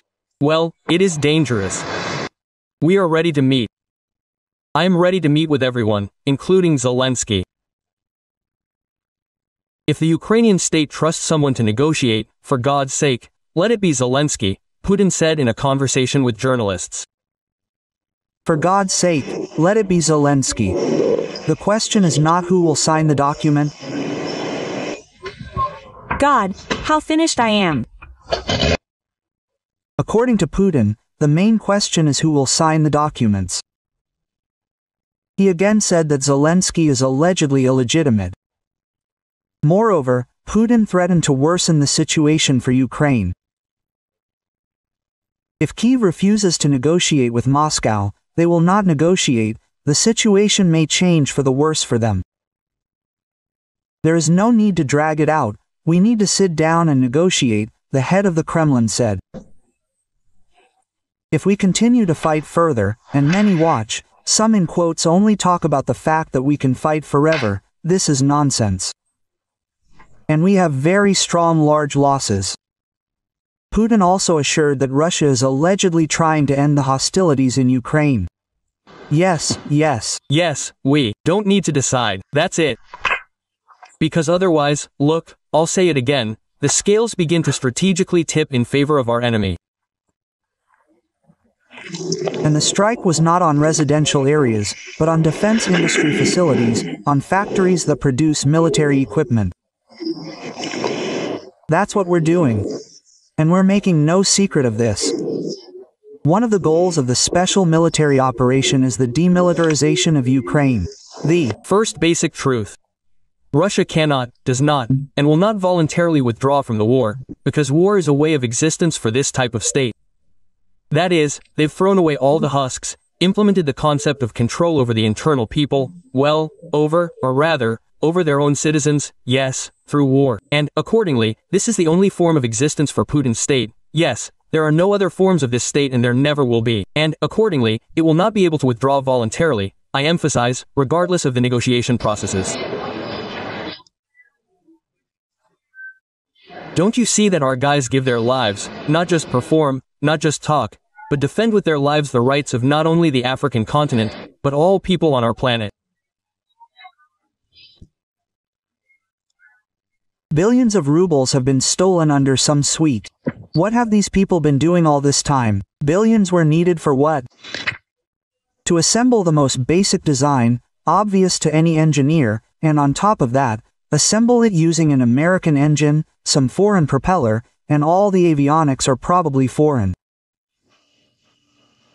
Are you kidding me, bastards? It was practically a direct hit. It tore apart the main part of his remains. They took him home, right, Zhenya? And then they found his leg here. We have such an old it's not a saying, not a parable, but an old rule. Where the foot of a Russian soldier steps, that's ours. And here is buried the foot of Colonel Nikolai Nikolaevich Ovcharenko. On March 15th, he was building this crossing. Yes. Yes, he managed to build it. Yeah. And he has already accepted the kingdom of heaven. Vladimir Trupin, speaking at the shameful Intergalactic Economic Forum, which among the leaders of the countries, only the president of Indonesia attended, announced some old rule. He said that supposedly where the foot of a Russian soldier steps, that's ours. Let's note that at different times Russia invaded dozens of countries, but none of these countries belong to Russia. The Kremlin senile fool came up with this supposedly old rule and, as usual, screwed up. In addition, it is worth recalling that in 2024, 138,000 prosthetic legs were issued in Russia, which is 51% more than the year before. In turn, Ukrainian Foreign Minister Andriy Sybiga commented on Trupin's latest statement. He noted their blatant cynicism and disdain for U.S. peace initiatives. According to the diplomat, the phrase about the leg of a Russian soldier was especially absurd. Sybiga emphasized that wherever this leg steps, it brings only death, destruction, and suffering. At the same time, he added, Putin is completely indifferent to the fate of his military and their limbs torn off by Ukrainian drones. He has already killed 1 million soldiers in a senseless bloody meat grinder or 2 million legs. His rhetoric serves only one purpose, to distract attention from the failure of 25 years in power, Sybiga concluded. Trupin does not care about Russian soldiers and their torn-off legs. He is a mass murderer of his own people. I wish you to recover, get back on your feet and protest, and put in order. What the hell are you talking about? The International Economic Forum has ended in St. Petersburg. Putin spoke there today and said a lot of general words for everything good. Salaries must grow, the economy must develop, and the business climate must become more attractive. Listen. The most important thing is that the business climate should allow us to expand and strengthen the base of our economy, make it more sustainable and at the same time dynamic, aimed at increasing the production of goods and services. Apparently, Putin listened to yesterday's interview with the Deputy Minister of Finance, who said that so far not a single Western company has applied to return to Russia. That's the business climate. As usual, Putin boasted of record low unemployment, especially among young people. Not surprising, given that he sent hundreds of thousands of young men to war, and another million people left. He also demanded that Russia join the list of countries' leaders in ease of doing business. Again, a benchmark for the national model, so that by 2030 Russia would be among the world's top 20 leaders in terms of business conditions, taking into account updated international ones. He first spoke about the top 20 back in the May decrees of 2012. According to them, our country was supposed to break into the ratings 7 years ago, when the decrees failed. Putin moved the deadline to 2024, and now he has moved it to 2030. He also spoke about the successes of the government and the central bank, thanks to whose efforts inflation in our country fell below 10%. Putin spoke about this as an incredible achievement, but, in fact, 10% is very high inflation. For comparison, in the EU last year annual inflation was about 3%, and this is still very high. At the same time, the real figure in Russia is much higher than the official one. As for the rise in prices, according to the project Prices Today, in 2024 food prices rose by an average of 22% and continued to rise rapidly in 2025. It is interesting that even Putin's own economists at this forum said things that were directly opposite to him. For example, Elvira Nabialina said that the resources for growth have been exhausted. We are talking about the workforce, production capacity, money reserves in banks and the National Welfare Fund. These reserves are almost gone, and the country needs a new economic model. But United Russia Deputy, head of the international budget, State Duma Committee Andrei Makarov argues that the economy cannot develop without normal courts and protection of property rights.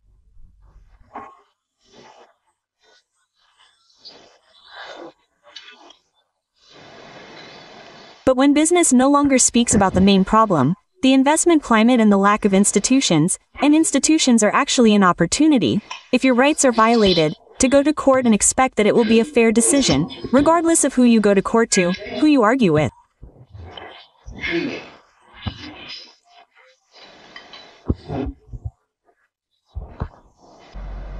He went on there for a long time, arguing that those gathered talk about economic policy, but do not name the elephant in the room. And he himself did not name it, but I will help him. The elephant in the room is Putin's corrupt system. The war that devours billions of rubles and hundreds of thousands of people. This is lawlessness and repression against its own citizens. A war criminal wanted by the International Criminal Court says that the destroyed residential areas are a military facility. If your journalist saw how our entire residential areas were destroyed by our missiles, they would hardly be able to tell you anything about it. They would not have survived. There's enough work for psychiatrists here for 100 to 150 years ahead. If they saw anything, they saw it from the sidelines. And the strike was not on residential areas, but on defense industry facilities. War is peace, freedom is slavery, and the destroyed 9-story building is the defense industry.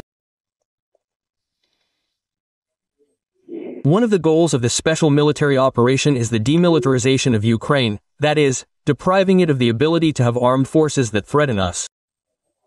That's why Ukraine already has F-16s, HIMARS, Patriots, Bradleys, Leopards, Storm Shadow missiles, Tri-7 howitzers and a bunch of other weapons.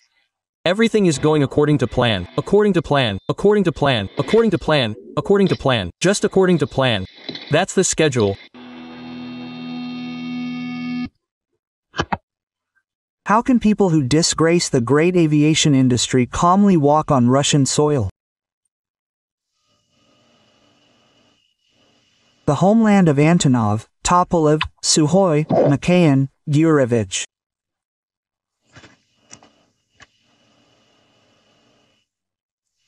And now someone appears and says, well, here and their billions, they're billions.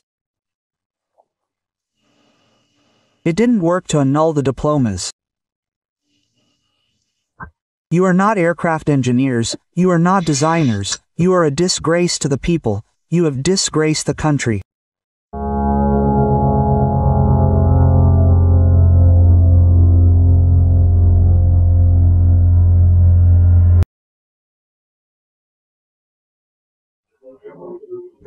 said that vodka supplies to the Republic of South Africa have already been established. You know, this is a very correct, serious step. Why? Because if you drink vodka, as we say, you need to have a snack with something. And therefore, meat products will certainly follow. That means grain supplies. That's a plus for grain supplies.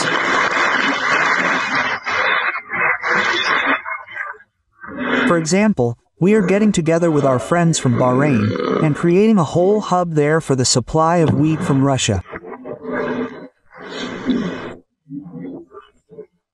Glory to Russia. Glory to Russia. Glory to Russia. Russia, we have come today because we understand that this is the last battle. In fact, the last battle of our people, and not only the Altai people, but all the peoples who live in the Altai Republic, and in principle in Russia. The Moscow authorities have driven Altai to despair. Probably the most massive rally in the last decades took place in the capital of the Republic. Thousands of people appeared on the streets of Gorno-Altaysk. They are demanding that their republic be protected from the tyranny of Moscow bureaucrats. The authorities cut the constitution of the republic and removed the words about territorial integrity. According to our constitution, the only source of power in the country is the people. The state consists of basic concepts. I'll tell you, the people and the territory. If there is no territory, if there are no people, such a state no longer exists. And today I see that this process is in full swing. Apparently, Moscow does not like the fact that Altai exists at all. The security forces put pressure on everyone who tried to speak out against such an initiative, and such impudence brought people to the boiling point. The people understood that they need to defend their republic and stand to the end. Today in the Altai Republic we see how our people are disappearing. People are leaving the republic because they cannot find work here, because they cannot realize themselves here. And we are losing territory. And do not say that the locals are selling it. Yes, they sell because it is economically difficult, but it is 20 to 30%, and 70 to 80% goes either through auctions or to investors for their regional investment projects, as they call it. That is where the land goes. And it is not you and me who sell it. That amount cannot be sold. We need to understand that you and I should not just speak out, just stand here and leave. No, we must achieve our goal to the end, because there is no way back. Last week we said how the Altai people blocked the federal highway. They were protesting against the municipal reform in the Rio head of the Republic, Andrei Turchik. Intimidating people, the Tsar's henchmen grabbed the activists and dragged them to hell. The result was unexpected for the authorities. The Altai people were not afraid and came to the court building to support the detainees. Then the authorities pulled up another portion of Derzhimort, and this has already caused mass protests against the reformer. Video messages, pickets, posters even appeared on trucks. The capture of one of the drivers was led by the head of the Criminal Investigation Department of Gorno-Altaysk himself. In the Rio, the governor called on the rebels, was imbued with the spirit of the sacred Altai and promised to make important amendments to the law.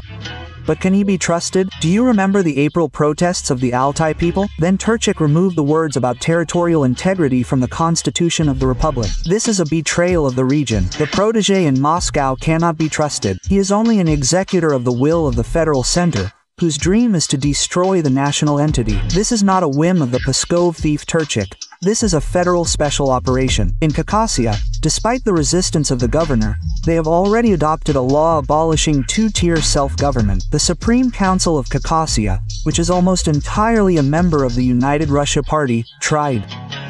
Opposition Deputy Oksana Razvarina correctly stated that the law removes citizens from participation in governance. Now the main challenge for the domestic economy is the transition to a sustainable trajectory of balanced growth. I want to emphasize this. On the trajectory of balanced growth, we must ensure high-quality, intensive dynamics in the real sector by modernizing production and increasing labor productivity. And it is better, of course, if this is done not in an intensive way, but through the introduction of new technologies. Why are there protests against a single-tier system, It is based on the principle of binding to the population, not to the territory. People understand that this is the centralization of power, this is a single management of everything, and first of all, the budget is very important. It does not take into account the specifics of the territories and the needs of the local population. This is preparation for consolidation, the purpose of which is to destroy the historical and cultural identity of our peoples. Let's remember the unification of the 2000s. What was the result? Phew. The annexed districts are experiencing demographic degradation. For example, more than a quarter of the population left the Koryagski district after consolidation. The Komi Permyk, Taymyr, Ustorda, Buryat, and Evenki okrugs have also lost most of their population. But the autonomous okrugs that resisted unification show a completely different positive trend.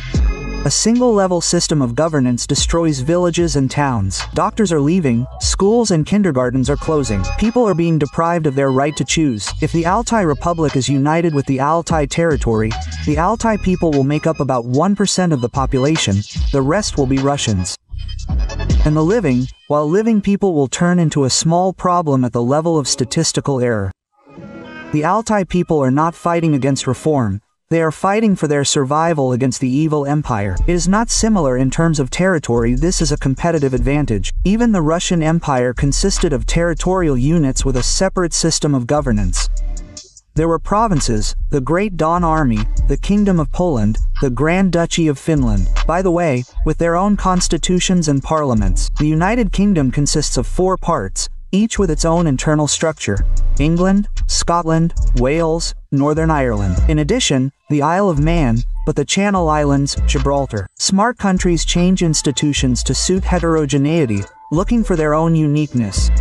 Social and cultural diversity are prerequisites for progressive evolution, for continued development. But this is not in Russia. While talking on camera about investments, innovations, in practice the authorities are trying to destroy diversity and turn everyone into one obedient herd, uniform. The Russian Federation has driven itself into a dead end of centralism, and any projects imply consolidation and other stupid strategies. Vertical thinking contradicts free natural development and brings the Russian Federation closer to collapse. Gentlemen officials, do not stop. In the fall, a new head will be elected in the Komi Republic. At the same time, the communists have a high rating. The authorities are afraid that they will not be able to count the election results correctly and therefore do not allow Oleg Mikhailov, a popular communist candidate, to register, that is, they do everything to prevent him from taking part in the elections. Before that, you were driven away by the rage of veterans of the so-called SVO, and they did not allow Mikhailov to submit documents. In support of the communists, they hold single pickets. Even the deputy of the State Council of Komi, Nikolai Brodenkov, joined the action, holding such a picket in his native Izhma. Despite total control, Moscow is losing power in the national republics. People are beginning to understand who Putin is and are ready to elect anyone, even communists. By the way, inventors without alternative elections. What they fought for, they got. They are ready to elect anyone, just not Putin's united Russia. This is already a warning sign. Russia cannot be defeated. It can only be destroyed from within. Russian television continues to admire Operation Web and is no longer embarrassed to admit that it was a complete failure for them. Military correspondent Alexander Kotso said that the strikes on their airfields cannot be called terrorist attacks, because they are military targets. What happened to our planes all over the country? I will tell you honestly, I am not inclined to, qualify this as terrorist attacks. We are, after all, at war. We have a difficult, protracted conflict with a very serious enemy. I am not talking about the collective West now, I am talking about Ukrainians in their purest form, and because they are a very dangerous, cunning, inventive and insidious enemy. And what are we hearing now? It turns out that it is not only the West that is a serious and dangerous enemy, but Ukrainians in their purest form.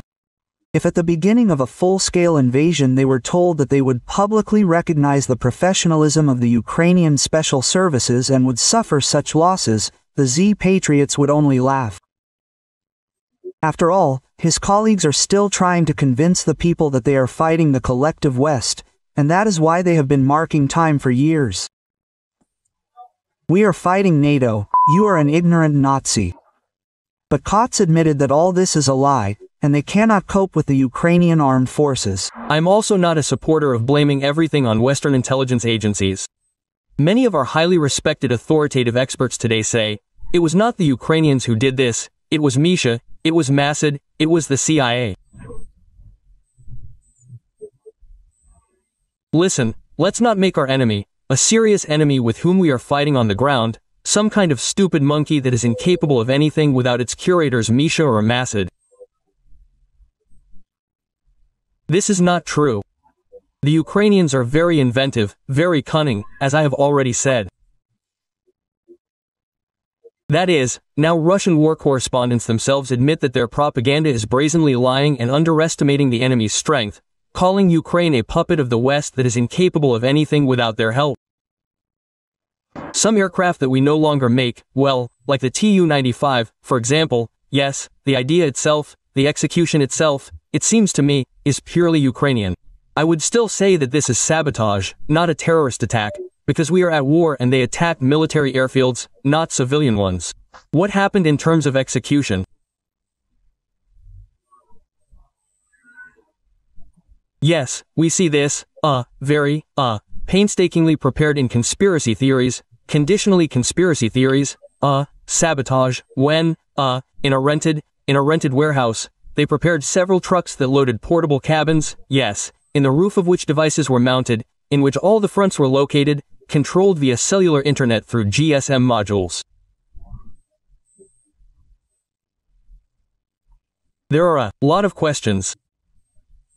Firstly, well, we were completely unprepared for the fact that there is no rear with these technologies, the question of using FPV drones in the deep rear, but it was a matter of time.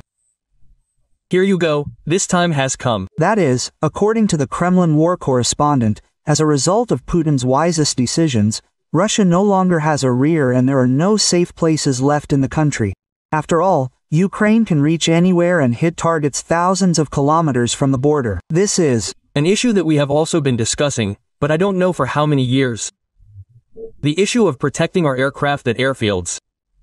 The issue of physical protection. We are now getting videos from, I think, 2021, where our former head of the Ministry of Defense says that the construction of reinforced concrete shelters at airfields has begun. Where these reinforced concrete shelters are, is unclear. There are no safe places now. I don't know what will happen next. Maybe there will be a submarine base in Kamchatka, nuclear, or in Vedyevo, yes, in the Northern Fleet. Anything. Or launches or launch silos of our strategic nuclear forces there. I don't know what will happen next. The question, again, is about the work of agents, when such a whole organization, yes, clandestine, operates in Russia. That's why it wasn't opened. With this, of course, there are many questions. Here, patriots are already commenting in panic on what is happening with the Russian economy. Gherkin's comrade Maxim Kalashnikov said that Russia is moving toward an economic collapse, because of which a real revolution against the current government could begin in the country. Despite all these cheerful statements that everything is fine, everything is moving forward, we are winning. No, guys, unfortunately, the situation is very bad. I have long forgotten, I ignore words about unprecedented economic growth. Everything, even officially it has stopped, that we have the fourth economy in the world by some purchasing power parity. It is impossible not to see what is happening in the rear right now in the economy. A laminar process of crisis payments, then our production begins to fall, B fall, and first of all, production with high added value falls. As a rule, it begins with the fact that you do not have enough sales for your products and you begin to have problems with liquidity and financial flows. In this situation, the first thing you have to save on, there are no other options, is to reduce the level of wages for workers. You have been gathering them for 3 years, preparing them, teaching them, there were not enough turners, welders, plowmen. And now you say a 4-day week, and unpaid leave and everything else. We, as a plant, were one of those who supplied products to both Roselmarsh and the Jurovsky plant. I have not supplied either one for more than 6 months.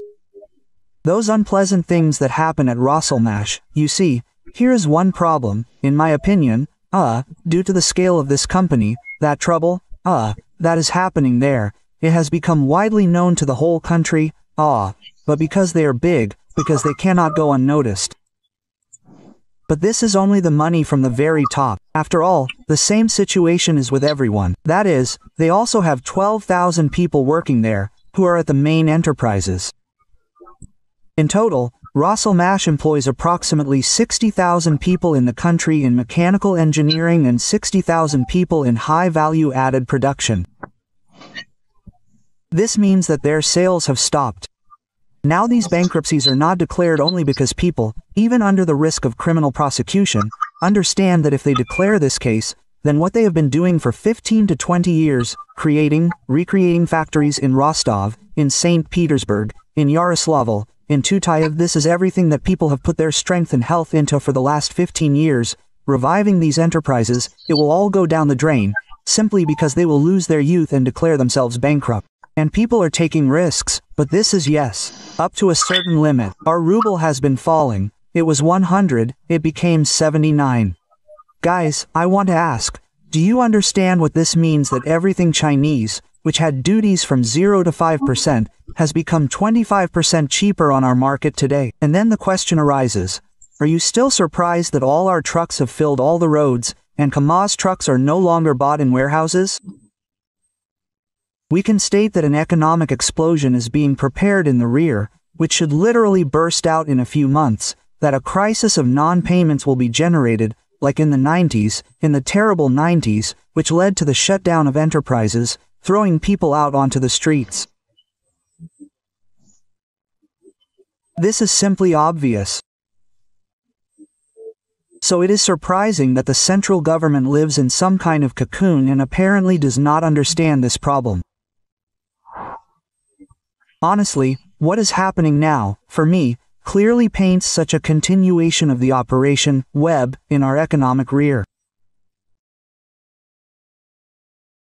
Klupov stated that the occupiers are not advancing at all. They are advancing too slowly. There are no breakthroughs in any direction. It would seem that we are talking about increasing our capabilities through symmetrical strikes. Ukraine has clearly shown us this. We have experienced it in our own example. The asymmetrical strike on Kursk brought us a lot of trouble. It is not possible to say, but it is necessary to once again raise the issue of changes at the front, a change in this position.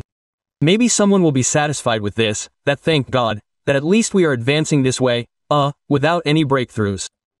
We have talked a lot about the lack of space, the unmanned nature of the equipment, the role of artillery in modern warfare, armored forces. But nevertheless, we also have a general staff, which leads both academies and research institutes. We need to get out of this situation, this creeping offensive, new forms and methods of using troops. And, accordingly, based on this, it is necessary to return again to the question of, the destruction of the leadership. Israel showed us that they practically decapitated both Qasr and the armed forces of Iran. The Second Army of the world is once again being called upon to learn how to fight from other countries. After Operation Spider's Web, the Zelenskys shouted that they should do something similar. Now they are looking at Israel in the hope that they will be able to repeat something and break through the front line. Of course, our military system against the background of what Israel is doing. I am not a patriot of Israel, but I must admit that this historical enemy of ours acts very, very effectively against the background of this word. We really should learn. Here, moreover, a very alarming bell has just sounded. A very alarming bell has sounded. In fact, Operation Spider's Web was repeated on a larger scale in Iran. See, how touching.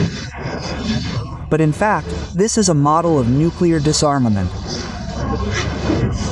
Nuclear missile potential can be increased by tens of %, and if I were our Bamanda, I would, of course, be scratching my head. Then Zetnik casually stated that Russia is on the road to collapse and will most likely have to be saved. Well, in general, If everything develops the way it is developing, then the Russian Federation will have to be.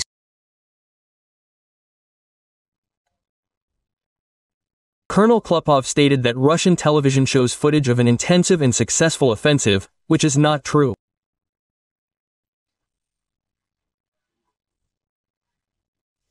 Assessing the situation on the fronts over the past week, one can conclude that the front, regardless of the fact that we have a rosy picture, rosy in the wrong sense, such a promising picture, is on television screens. In fact, the front is in a certain degree of stagnation. There are no serious activations visible in any of the directions. The front continues to move as it was moving with such a creeping offensive. Well, on the one hand, this is good, but on the other hand, the advance is quite slow. Pankin demonstrated the bright picture that Colonel Klupov spoke about. And all the same, the Z-Patriot needs the occupiers to do at least something that will please all the Z-Patriots. We are so tired of the lack of any big news from Ukraine that would, well, make us a little happy that progress is really happening. Yes, we are constantly talking about the fact that we are about to approach Sumy, and not only Sumy. Every day there are reports of the capture of new settlements.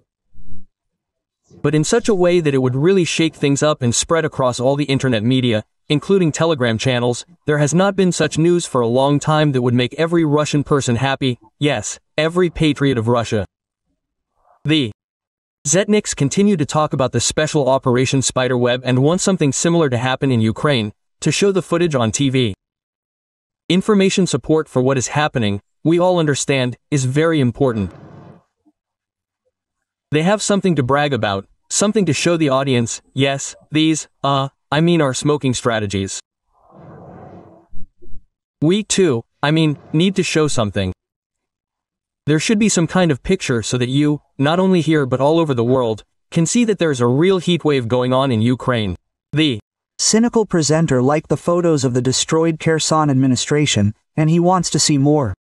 At the same time, the Zetniks do not say a word about the fact that they are striking at civilian infrastructure. It still does not fit in my head that Russians can only be happy about other people's grief. It was a beautiful shot, really beautiful, a blow to the Kherson administration. Now that's what I understand. These are the kind of shots that are needed so that they run to the best telegram houses, so that there is something to show. This would remind us once again that we are really moving forward, that we are really determined. Well, Kalashnikov is still offering his ideas for conducting military operations. He is right about one thing. Ukraine continues to weave a web into which Russia will inevitably get caught. The intelligence headquarters is, in general, what stands in Kyiv, in the fourth year of the war, unharmed. Here the SBU and the GURs are there. In fact, their leaders continue to weave a web.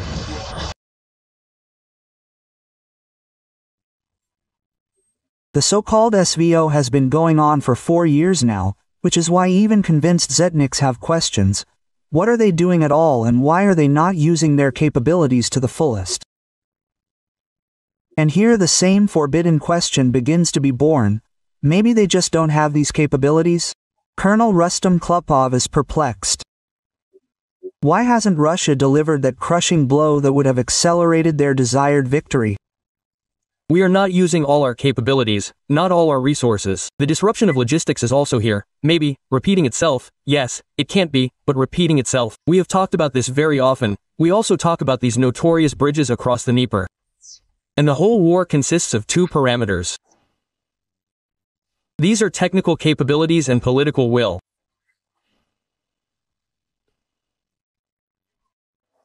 The question is, we don't have the technical capabilities to destroy these bridges, or, therefore, the leadership says, stop, let's wait for some reason. But if this is a technical capability, it is easily resolved. If we had set ourselves the goal of destroying the bridge on the Liman near Odessa, that's it, no one talks about it.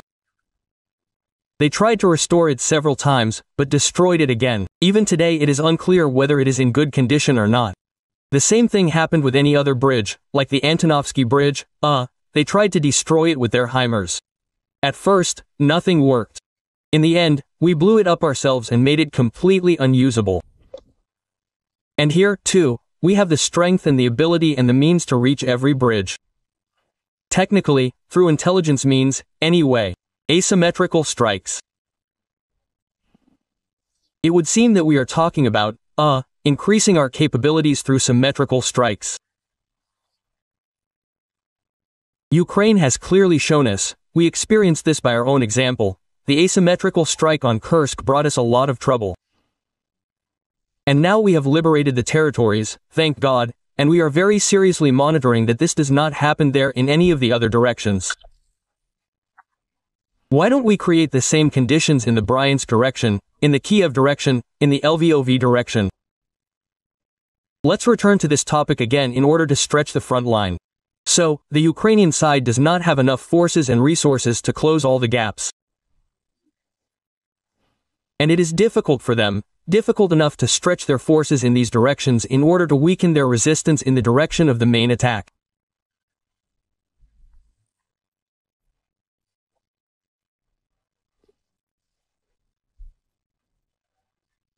Now, after 3 years, the question arises of clarifying the military-political goals, taking into account that, how NATO has performed as a whole, how individual states have performed, how, to what extent Ukraine's defense is being built and how effective, therefore, are the previously set goals, because they set the goal of denazification, they gave birth to a whole galaxy of followers of these Nazis, they set themselves the goal of demilitarization, they led to the complete militarization of both society, therefore, and the state of this country.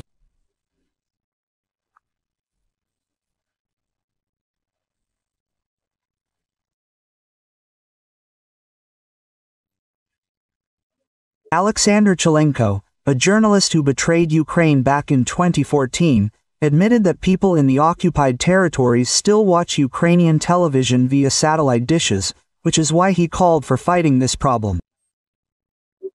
After all, these people can receive information about Russia's war crimes. 3 years after the restoration of historical territories with Russia, the Kiev regime does not abandon its attempts to influence the immature minds of newly minted Russians. What do you think, is our propaganda, including in the media, coping with its task? Because it seems to me that we are not doing enough to convey our point of view, including to the historical regions of Russia. Even now, yes, after 2 years, well, then it was 2 years, and now it is the same, 3 years after the new territories joined the Russian territories. In many places, there are still Ukrainian dishes. They are popularly called Goronichi mountains. Well, they just have this kind of device, 3 heads, that's it, and they are called Goronichi. Thanks to these Goronichi, they are in villages, especially, yes, those near the front in general or in places where it is very difficult to get a signal, they receive a signal, that is, Ukrainian. And imagine that people there have been citizens of Russia for 2 years or 3, and they still receive Ukrainian television. Yes, naturally, they form such a gestalt of ideas about the world around them thanks to, that is, Ukraine. Imagine that they, the Ukrainians, will talk, right? You see? Surprising, right? Surprising. It is also surprising to me. Nothing works in these places. There is no cable television, even mobile communications barely work, the mobile operators there, the one that transmits the television signal, they can only receive information thanks to satellite antennas. That's all there is. Well, if there is electricity, of course, they came up with, there, I think, the People's Front or whatever this organization is called, the Front, yes, they came up with, such a free, a free solution to the problem. They come and quickly change all these dishes. They, thanks to these dishes, they broadcast, 20 TV channels. First of all, these are all the main federal channels, starting from the first one, ending with, NTV and, some entertainment channels. 20. Well, it's quite normal to receive Russian information, the Russian point of view. So, a girl was telling me literally a week ago that she walked around the center of Donetsk and, in many places she saw these Goronichi, yes, she said, I don't know, not in Rabishistan, but they are there. And it seems like from 26 onwards, repressive measures will begin. Quote, I think that this is right, yes, that's what whoever didn't exchange, that's what they cut everything off, yes, remove, because there really is a war going on now. So it is known that we can't give the enemy propaganda machine a chance, yes, to work on our territory, ours, so to speak, to liquefy our brains. I even talked to Push Island's advisor Elena Nikodina. She told me that in many liberated places there is simply no electricity, that is, it is impossible to receive any signal there, and our point of view is transmitted with the help of newspapers that we bring them there, right? That is, we explain to them there, so to speak, the party's policy. We need to explain to the locals that you are not Ukraine there, yes, that you are Novorossiya, a historical Russian land, that you should have, yes, it's okay, you are the descendants of Ukrainians there, but you are Russified, Russian culture has long been your native culture. You speak Russian, yes, you are Orthodox there, of the Moscow Patriarchate in 1914-15, Motorola was driving around Donetsk, in a jeep there and at full blast, he was putting on Ocean Elzy there, Yana, I'll give up on the failure and so on and so forth. That's what he wasn't shy about, that's how he liked it and so on. But that was in 1914-15. Now, let's say, well, how would you start listening to something Ukrainian? It always raises questions there in the frontline zones, that means. Questions, probably, yes. Questions, yes, about what? So what? You don't sympathize with Ukraine. And if you sympathize, aren't you a spy, right? That is, they don't need these questions. And so I, talked to guys who had encountered such things. They weren't listening to music, but some programs were playing loud sounds. The neighbors, called the relevant authorities and said, we have some kind of, Ukrainian spy behind the wall, check